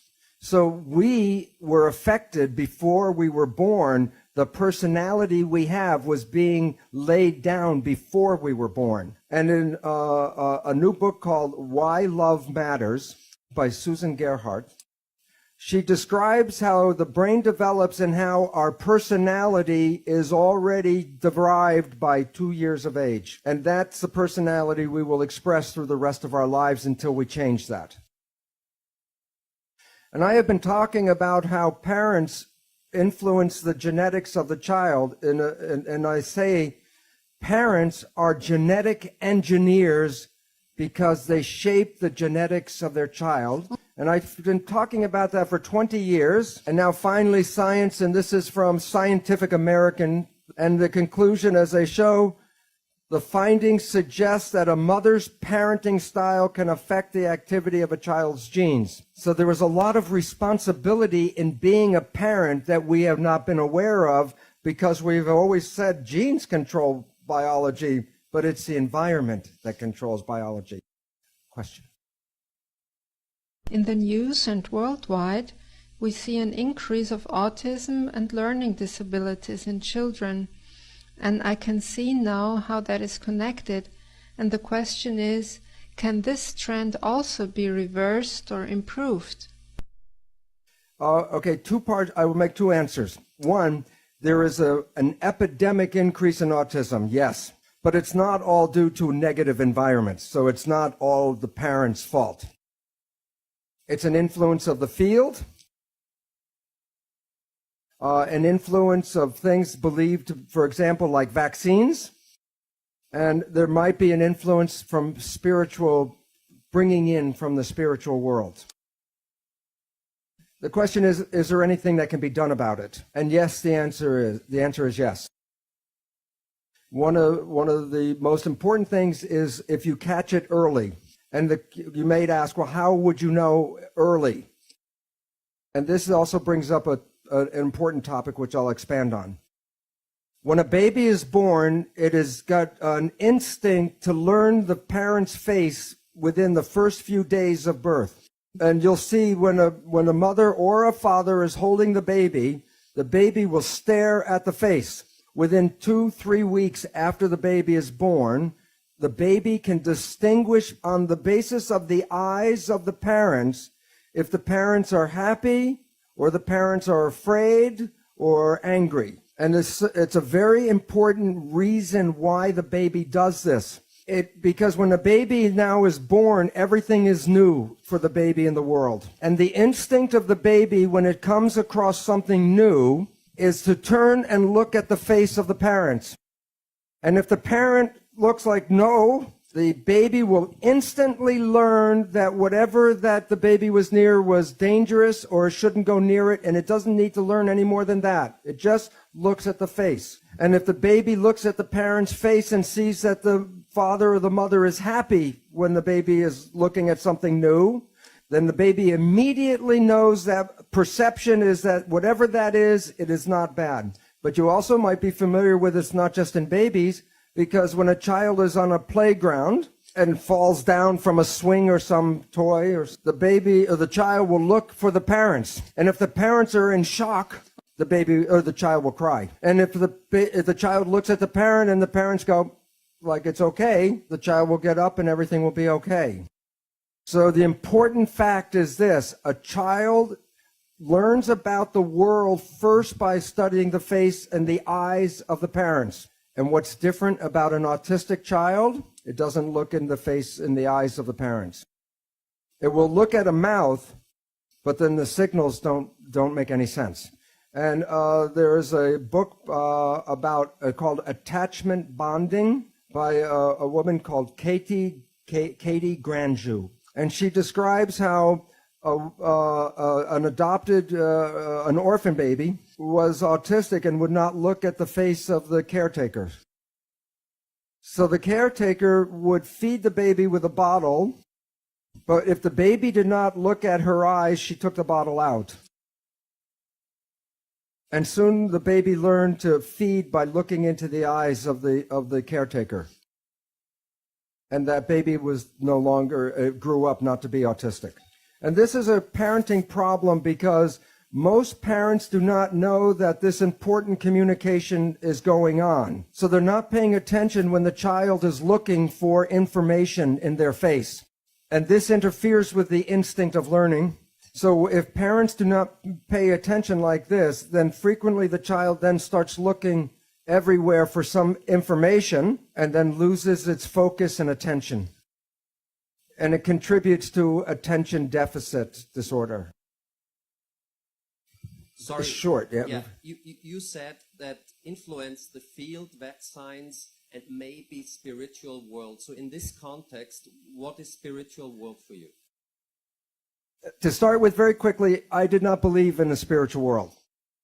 When I understood how the cells worked, I will show you this afternoon precisely what I mean by the spiritual world and how it connects to the cells. And it was interesting because I said, and you asked, one woman asked a question about the scientist influencing the experiment. Well, I had no concept of the spiritual nature. That's why I was in science, because I was a mechanist. And the results of the experiments revealed the connection of us to the environment as our identity comes from the environment. So I'll talk about it later. This is a recent review from the journal Science. And it talks about where do the patterns of disease come from. And I will blow this up. And then this is what I'll read. Environmental processes influencing the propensity to disease in adulthood operate during the periconceptual, the fetal, and infant phases of life. So issues of cardiovascular disease, cancer, obesity, diabetes are all rooted in the earliest stages of our life, around the time of conception, fetal development, and the infant phases. Okay. Thank you. This is an experiment that was done in Japan where they were teaching the mother, before she had the baby, the mother a computer program. They taught her how to turn on the computer, and then a Japanese script for a color would show up. And on the bottom of the screen was a color bar. And if she would select the right color to match the script, a coin would come out of the computer, and she could take the coin to a vending machine and buy a treat. It took many, many months to teach the mother. Then she had a little baby chimp. And the baby was so small it couldn't really walk yet. And the mother was doing the experiments. And one day she gets the coin and goes to the vending machine and leaves the baby. And the baby pulls itself up to the computer, turns it on, the script comes up, selects the color, and then grabs the coin. And the scientists were shocked. Who taught the baby? The answer is very important. It suggests that infants pick up such skills solely by observation and don't have to be actively coached by their parents. This is exactly what happens to us when we are children.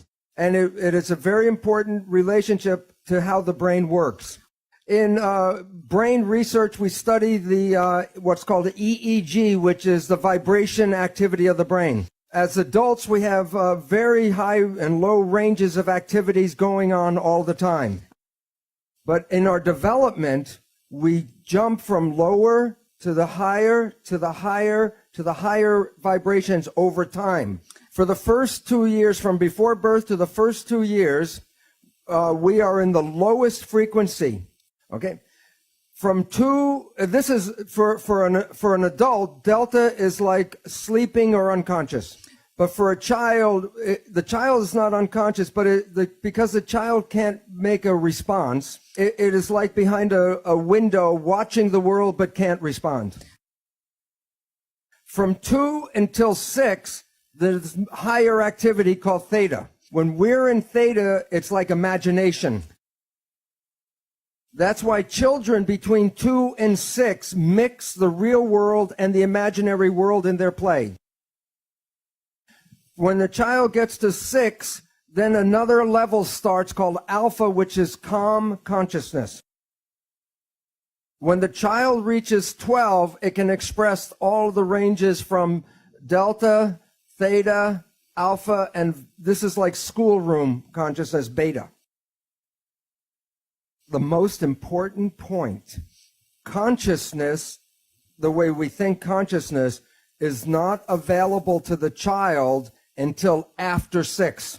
The first 6 years are the programmable state. The reason is this low activity is called the hypnagogic trance. So when if I want to hypnotize you, I have to take you from higher levels into lower levels, and then I can put information into the subconscious, which is in here. This is an important reason for this period. This is a period of enculturation. A child has to learn thousands and thousands of facts about how to fit into the family and to society. And so the nature doesn't give the child consciousness to create new things. It just gives it the brain activity to download facts.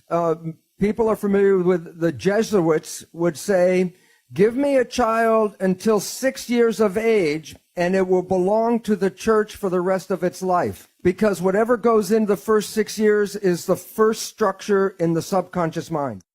The child is in a state of super learning. A child between 0 and 6 can learn 3 languages at the same time. But after this period, if you try to teach a child just one language, it's difficult. So this period in our life is where we learn the fundamentals of relationships, connections, family, and community.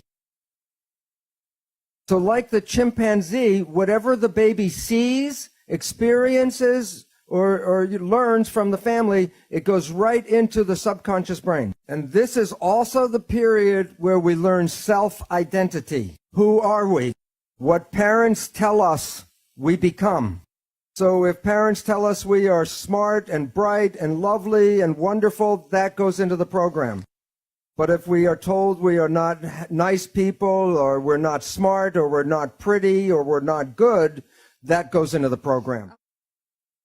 So for example, in a store, when a child is throwing a tantrum because it wants a toy, and then the parents say, you do not deserve the toy, then that is the program, I do not deserve. But once it's in the subconscious, it's recorded like a tape player, and the rest of your life, the subconscious will play, I do not deserve, I do not deserve. So that the programs that we acquired in the first 6 years shape how we live our life. But this is all below consciousness. So you may not know the programs you received because you were not conscious really during this time period. But most all of us have received a program of not good enough, not the best we can be. Okay, now let's talk about the next part. The mind has 2 parts. The subconscious mind is the original brain, and it can process 40 million bits of data from the environment every second. The mind is very powerful and very fast, but it's totally habitual. It's not creative. It can only play back what it learns. In evolution, the front part of the brain, the prefrontal cortex, gives rise to consciousness. It's a small piece of the brain that is consciousness. Self or consciousness is an add-on option, and most people don't exercise the option. But note, it can process only about 40 bits of data per second. The subconscious mind is 1 million times more powerful. While the subconscious mind is fast, the conscious mind is slow at processing. That's why when you're in an emergency or stress, you operate from this one because it can operate fast and handle lots of data. But the difference between the two is this is habitual. It is the conscious mind that is creative and can generate free will. Just to give you an idea of the difference between 40 million bits and 40 bits, I'll show you the next picture. Imagine this picture has 40 million pixel dots, which is like one nerve, each nerve going into the subconscious. How much, if you open your eyes, how much of this picture does the conscious mind see? That much. I put that much, 40 pixels. Well, the conscious mind is only aware of this much. The subconscious mind is handling all of the other information. The conscious mind can control anything in your entire body. They used to say there were parts of our body that were involuntary control. But now we know that's not true. For example, yogis can regulate their heartbeat, their blood pressure, or body temperature with conscious mind. So while the conscious mind can only handle a few things, the subconscious mind can do many, many thousands of tasks at the same time. Now, recently, neuroscientists are talking about how your unconscious really shapes your life, your decisions. What they say, according to cognitive neuroscientists, we are conscious of only about 5% of our cognitive activity. So what this means is every day, and 5% is high. They say that most people, 1% of their day is in the conscious mind. So every day, you create only from your creation mind, your conscious mind, only about 1% of what is going on in your life. And therefore, 95 to 99% of your life comes from your programming in your subconscious mind. So what this means is maybe you were the child in the store and your parents said you do not deserve. 95% of the day you will sabotage your life to make sure you do not deserve. And the reason why is the subconscious job is to create reality out of the program. And so therefore, if you have negative programming, 95% of the day, you will create that negative experience in your life. Now, here's the problem. The conscious mind and the subconscious mind work together. So whatever the conscious mind focuses on, it can control, but what it's not focusing on, the subconscious mind controls. So most of our day, we are thinking about the future or thinking about the past. That's with the conscious mind. So if the conscious mind's not paying attention to right now, then everything you're doing during the day is being run by the program that you got. But the problem is, because your mind is not, the conscious mind's not paying attention, then it does not see the program being played by the subconscious mind. I'll give an example. When you first got you in the car with a driver permit, you didn't know how to drive a car. So you were very conscious of everything, watching everything as you were trying to drive. But now you've driven for 10 or 15 years. And you might be like me. I can have a passenger in the car, and my conscious mind will be in a conversation. And I'm driving 10 minutes, and then I look out the window, and I realize I didn't pay attention for the last 10 minutes. Did anybody else do this besides me? The lesson, if I said, describe your driving behavior during that 10-minute period, you would say, I don't know, I didn't see it. This applies to all of our activities every day. I'll give one more example. If you know somebody and you know their parent, and you see that this person's behavior is just like their parents, and then you say to your friend, Mary, you're just like your mother, then Mary will say, what, are you crazy? Why doesn't Mary see she is like her mother? Because when she's playing that behavior, she was not paying attention. So she doesn't see that she's playing the behavior that she was programmed by through her mother. So most of every day, you are not playing programs that you personally want. You're playing programs that you got from other people. But you didn't see those programs. So when your life doesn't work, you say the universe does not support me. And yet the truth was it was your own invisible behavior that sabotaged you. So what's important is some people say, well, maybe I just do some positive thinking. Which mind does the positive thinking, conscious or subconscious? The conscious mind, which works at 5% a day with a 40-bit processor. And when you're doing your consciousness, are you paying attention to what's going on? Who's running the show? The experiential programs from the subconscious mind, and that is 95% of the day with 40 million bit processor. Does positive thinking work? Do the math. And the issue is that it's very difficult to take a small processor and overpower the large processor.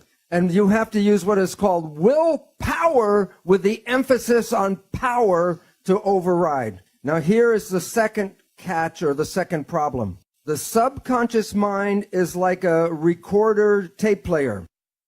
It records an experience, and then when you push the button, it plays the experience back. I don't know if they say it here, but sometimes we say, somebody says, he pushed my buttons. Push the tape and the behavior plays. So then we take our conscious mind and we want to talk to the subconscious mind and change the program. Now think about it this way. You have a tape player and I give you a cassette with a program. And you put the tape in and you push play. And the program is going, you say, I don't like the program. Then you go up to the tape player and you say, change the program. Change the program. How much yelling at the tape player will cause the program to change? First we talk, then we yell, then we get mad, then we ask God to change the tape. The issue is the tape will not change by doing that. But there are ways to change the program if you know how to push the record button. I will talk about, just mention 3 different ways to control your life. Number 1 is Buddhist mindfulness. And what that means is, if you are conscious and pay attention, then you don't play the tape.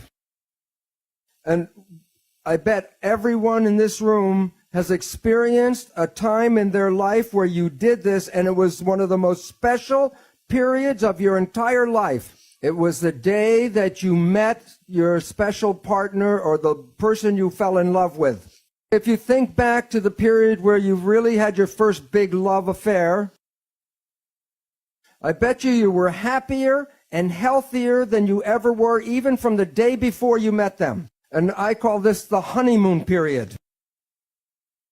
Why was your life and your honeymoon so beautiful? I'll give an example. The day before you meet this person, how long did it take you to get dressed? 5 minutes, you put your clothes on, you're out. How long did it take you to eat your dinner? A few minutes, and then you wipe your face with your sleeve. But now, today, you meet your special love. You're going to go on a date. How long does it take you to get dressed? Be an hour or more. And then you go to dinner, and I bet you remember every rule of etiquette. You use the right fork and the right spoon. The napkin, you blot, and you didn't talk with the food in your mouth. What was different that day than the day before? You watched yourself. You didn't let the automatic program play. You were consciously controlling everything because you wanted to show your special person who you really are, so you made an effort to watch yourself. So both people are being their best they ever have been. And love is everywhere. And then time goes on. And then your life comes back in. And you start to get busy. And your mind starts to think about the job or the world or whatever it is. So while you're thinking with your conscious mind, then you're behaving with which mind? The subconscious mind. Whose programs are in the subconscious mind, yours or somebody else's? So your friend comes up and asks you a loving question, and your mind is thinking of something. And then you respond like your parent to them. And they look at you like, what kind of behavior is that? Did you see the response? Yes or no? So you say, what are you talking about? And then the arguments begin. Because now you're communicating as a different person. You're not communicating with the person you believe you are in your conscious mind. So if you were the child in the store at 6 and you were told you do not deserve, and then you're on your job in a little tiny room doing a little job and you're thinking, I'm better than this. I should be running the company. And while they're thinking that, they're doing a job. Who's running the job?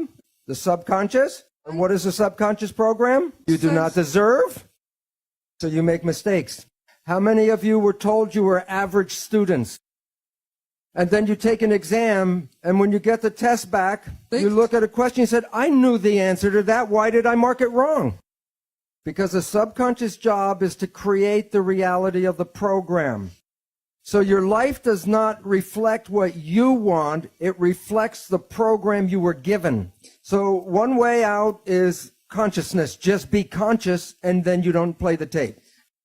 A second way out, clinical hypnotherapy. Because that puts you back in the same brain state that you were in the learning period. And then you can put a new program and rewrite the tape. Yet there is a better and faster way even. There's a group of new psychology modalities called energy psychology. There are many different versions. For example, holographic repatterning, body talk, EMDR, EFT. The one I am most familiar with is Psych-K, Psych-K. These programs are like pushing the record button on the tape player. These programs can change a belief you had your entire life in maybe 15, 20 minutes. Many of them, like Psych-K, create a state of super learning like you were when you were an infant. I am not going to talk about these modalities. On my website, I have a list of all the different ones, most of them now, and you can select that and go to their own website and read about them. Okay, now what I want to talk about is your thoughts go in and adjust your body on the inside, but I'm now going to show you how your thoughts go out and affect your life on the outside. This is an older picture of a new technology called magnetoencephalograph, MEG. EEG, you put wires on your skin and read the brain activity.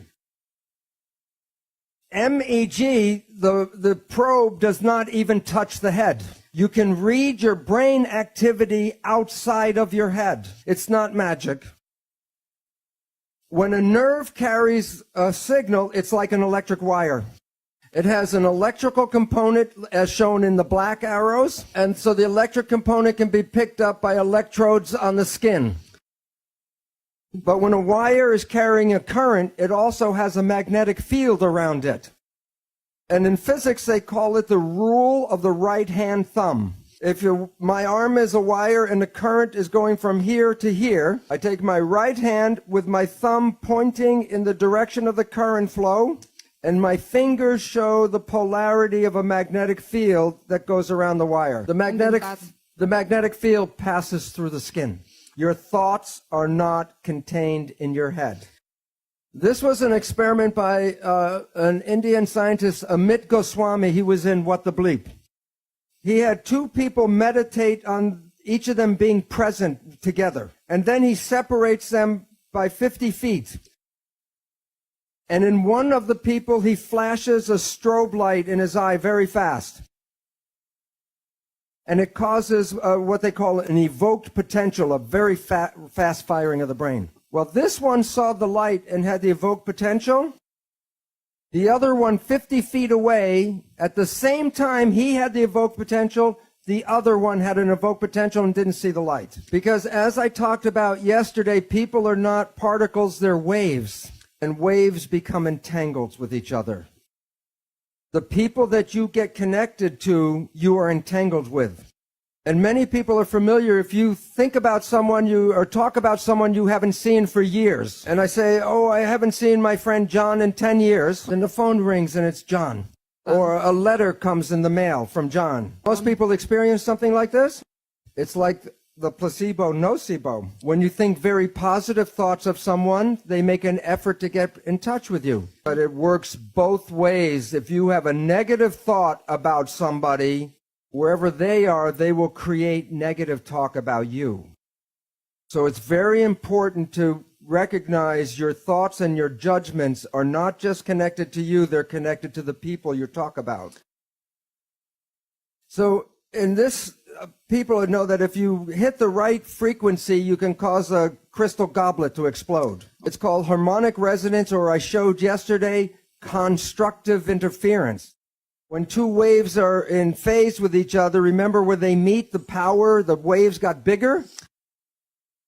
Well, atoms vibrate at a frequency, and if I use the same frequency with a tuning fork, constructive interference, and it causes the atoms to spin faster, and then the glass explodes. Now, the question is, in experiment, if I hit the tuning fork, what will happen in this picture? All of them? Only this one. Why? It's interference of the same frequency. Different frequency, it doesn't respond. Now, you are like a tuning fork with your brain, and you're broadcasting frequencies of your thoughts. Which goblet is going to respond to your thoughts? The one that is harmonically resonant with your thoughts. If you live in fear, you're not going to activate the Dalai Lama, but you may get Scarface to show up. So when you are having thoughts, you are exciting and activating those things in the world that are connected to your thoughts. When a mugger is trying to pick out which person he's going to attack, which one of the different people walking down the street, which one do you think gets attacked? The one who is most afraid. Because the one who's most afraid will resonate, and that means that the mugger doesn't have to do anything, go boo, and everyone will give him everything. But while it works for individuals, it is very powerful when a whole group of people have the same thoughts. You can't make a war unless enough people are ready to make a war. I'm going to show a picture of mass action here, and it relates to in New York City, 1 year after 9/11. So this is September 11th, 2002, the 1-year anniversary of 9/11. What was everybody in New York thinking about that day? The winning number, 911. Because we collectively create the reality. When Greg and I were in Australia and met with the knowledge keeper, the Mandaeans, he said that through their practice they see into the future, and they know about Saddam Hussein. They knew about George Bush. And then he said, and the coming war. And Greg said, does that war have to happen? And he had a very wise smile, and he said, no. If the consciousness changes, there won't be a war. And the point is that we are collectively creating the reality, and if we change our beliefs about reality, we change the world with that change. So I'm now going to take the jump because I mentioned I was going to talk about how I became spiritual. And I'm going to talk about cells. I'm going to talk about two identical cells. I chose liver, but it could be muscle, bone, brain, skin. But I wanted two identical types of cells. But this cell belongs to Bruce. And that's your cell, Margaret's cell. No two people are the same. And I say that for a simple reason. If I take my cells and put them into your body, your immune system will say not self and destroy the cells. And if I take your cells and put it into my body, my immune cells will say not self and destroy the foreign cells. So cells have identity. And I say, where is the identity that makes one person different than another person? That's why I chose two identical cells, because here's what I'm going to do. I'm going to remove the color from everything that's the same between the two cells. So where the color is left over is where two cells are different from each other. Magic. Where's the difference between two people? On the surface of the cells are receptors, like I showed on the switches yesterday. And receptors are antennas. And that the antennas on my cell receive a different signal than the antennas on Margaret's cells. But where are the antennas located? On the outside of the cell. So where do you think the signal comes that activates the antennas? From the field. Let me give you the name. The medicine studies a small group of these receptors so they can match tissue when they want to do transplants. And medicine calls them self-receptors. What do receivers, what does this receptor receive? Self, a signal. And the signal is from the outside. Now, if I take off my self-receptors, I have no identity on the cell. I can take this cell and implant it to anybody, and it will not be rejected. It's a liver cell, not anybody's special liver cell. But if I take Margaret's receptors from her cell and put it on my cell, whose cell is this? Margaret's, yes, because if I put this back into my body, I reject it. But if I put my cell with her receptors in her body, it's accepted. I transfer ownership by transferring the antennas. Now, I want you to pretend that the membrane, the membrane of the cell is opaque. No light can get in. If I put the cells in white light, what color will be in here? Nothing. So I put it in white, it's dark. But now I want you to pretend that the self-receptors are like sunglasses. So what color is going to come into my cell? What color? Green. And what color comes into Margaret's cell? Orange. Right. Okay, now the most important question. Where did the color come from? From the outside. And now what is the outside? All that is. And why is it important? Because if my only lets in green and Margaret lets in red, my green came from where? The white light. Where'd the red come from? White light. The spirit is a piece of the whole that comes into you separate from the other person who gets a different piece. Okay, now here's an interesting question. If I kill the cell, did the green frequency disappear from the white light? No. What's the point? The identity came from outside. If the body dies, the identity is still outside. But in a future, if a future embryo comes with the same self-receptors, what broadcast does it read? The same broadcast that provided for this one. You don't die because you're not inside yourself. You're part of the whole thing. And therefore, you're a part of this. You can never be separated from this because you are a segment of that. And when I understood this, I realized I was immortal in my identity because the identity and the cells are not the same. And by this guy, I got very excited because I didn't believe in this stuff, but the science was very clear that the signal came from the outside that made differences between people. And so at that time, maybe I had too much time on my hands. I asked my cells, if I'm already out here, why do I need this? And my cells gave me the answer. My cells said, if you're just a spirit, what does chocolate taste like? If you're just a spirit, what does a sunset look like? If you're just a spirit, what does being in love feel like?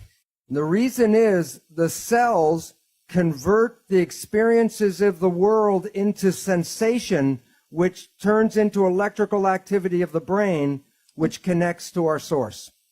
So the most important thing I learned at that moment was this place is for us to sense and taste and smell and touch and experience and love and live this planet while we can. And what happens when we live in fear? We shut everything down and the life is wasted. And the point about this is each person is like a frequency of the light. In refraction, white light, when the white light comes in, the spectrum comes out. If I push the spectrum in this way, what comes out the other side? White light. But each one of us is like a frequency. So we vote in this room, we don't like Mr. X, and we throw Mr. X out.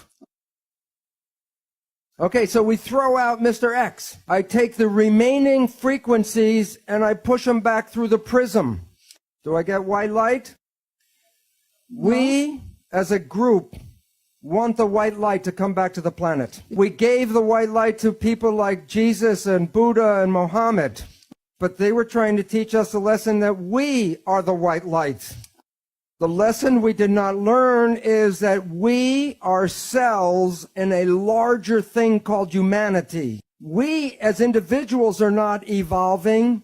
Humanity as a collective organization is evolving. So we have to recognize each human is a piece of all that is, and all of us together make white light.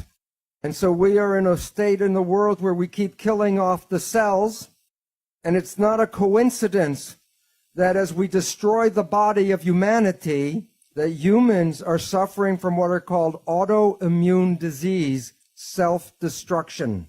For the vibrations that affect the whole also create the same pattern in us. Okay, so the mind, let's talk about it now. That there's a super consciousness, something from the environment that plays through the self-receptors.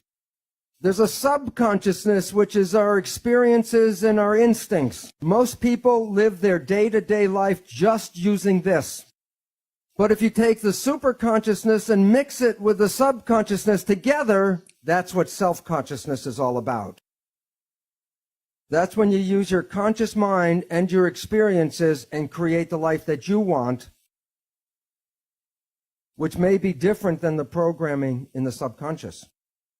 And the difference between these is the superconsciousness is intuitive. When you're having thoughts, they're really out in the field. There's where you pick up your information from. The subconscious is the autopilot. It will drive the car if you're not paying attention. And as we found out, 95% or more of the day we operate with this.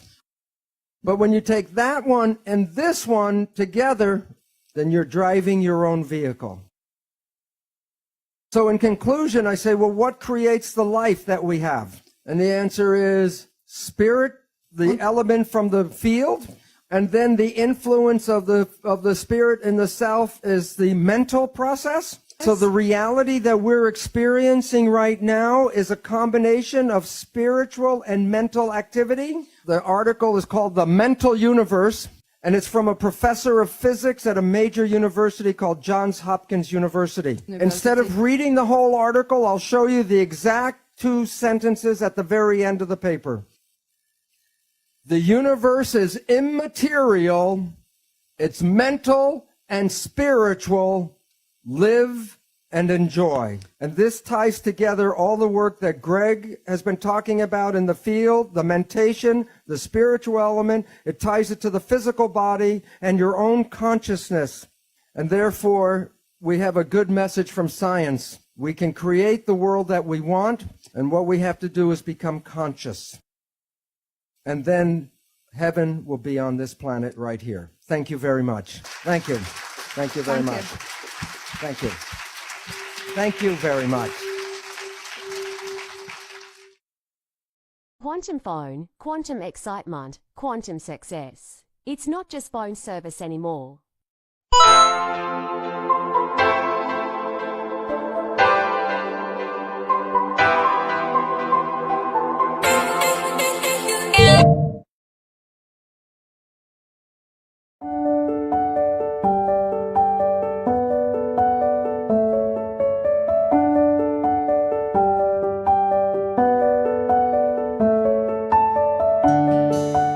Hey there, folks. Welcome back to our channel. Today, we're going to dive into a fascinating topic: the evolution of humanity beyond the 5G and how our actionable marketing values are becoming more human. You see, in the past, we've been focused on 5 key aspects of human development: gathering, gathering, gathering, gathering, and gathering. But now, we're moving beyond those 5Gs and embracing a new approach. Our marketing values are shifting towards a more human-centric approach. We're no longer just about gathering, but we're now focusing on giving, giving, giving, giving, and giving. So, let's embrace this new era of humanity and strive to make our marketing efforts more human-centric. After all, isn't that what truly matters in the end? Thank you for joining us today. If you enjoyed this video, don't forget to hit that like button, share it with your friends, and subscribe to our channel for more insightful content. Until next time,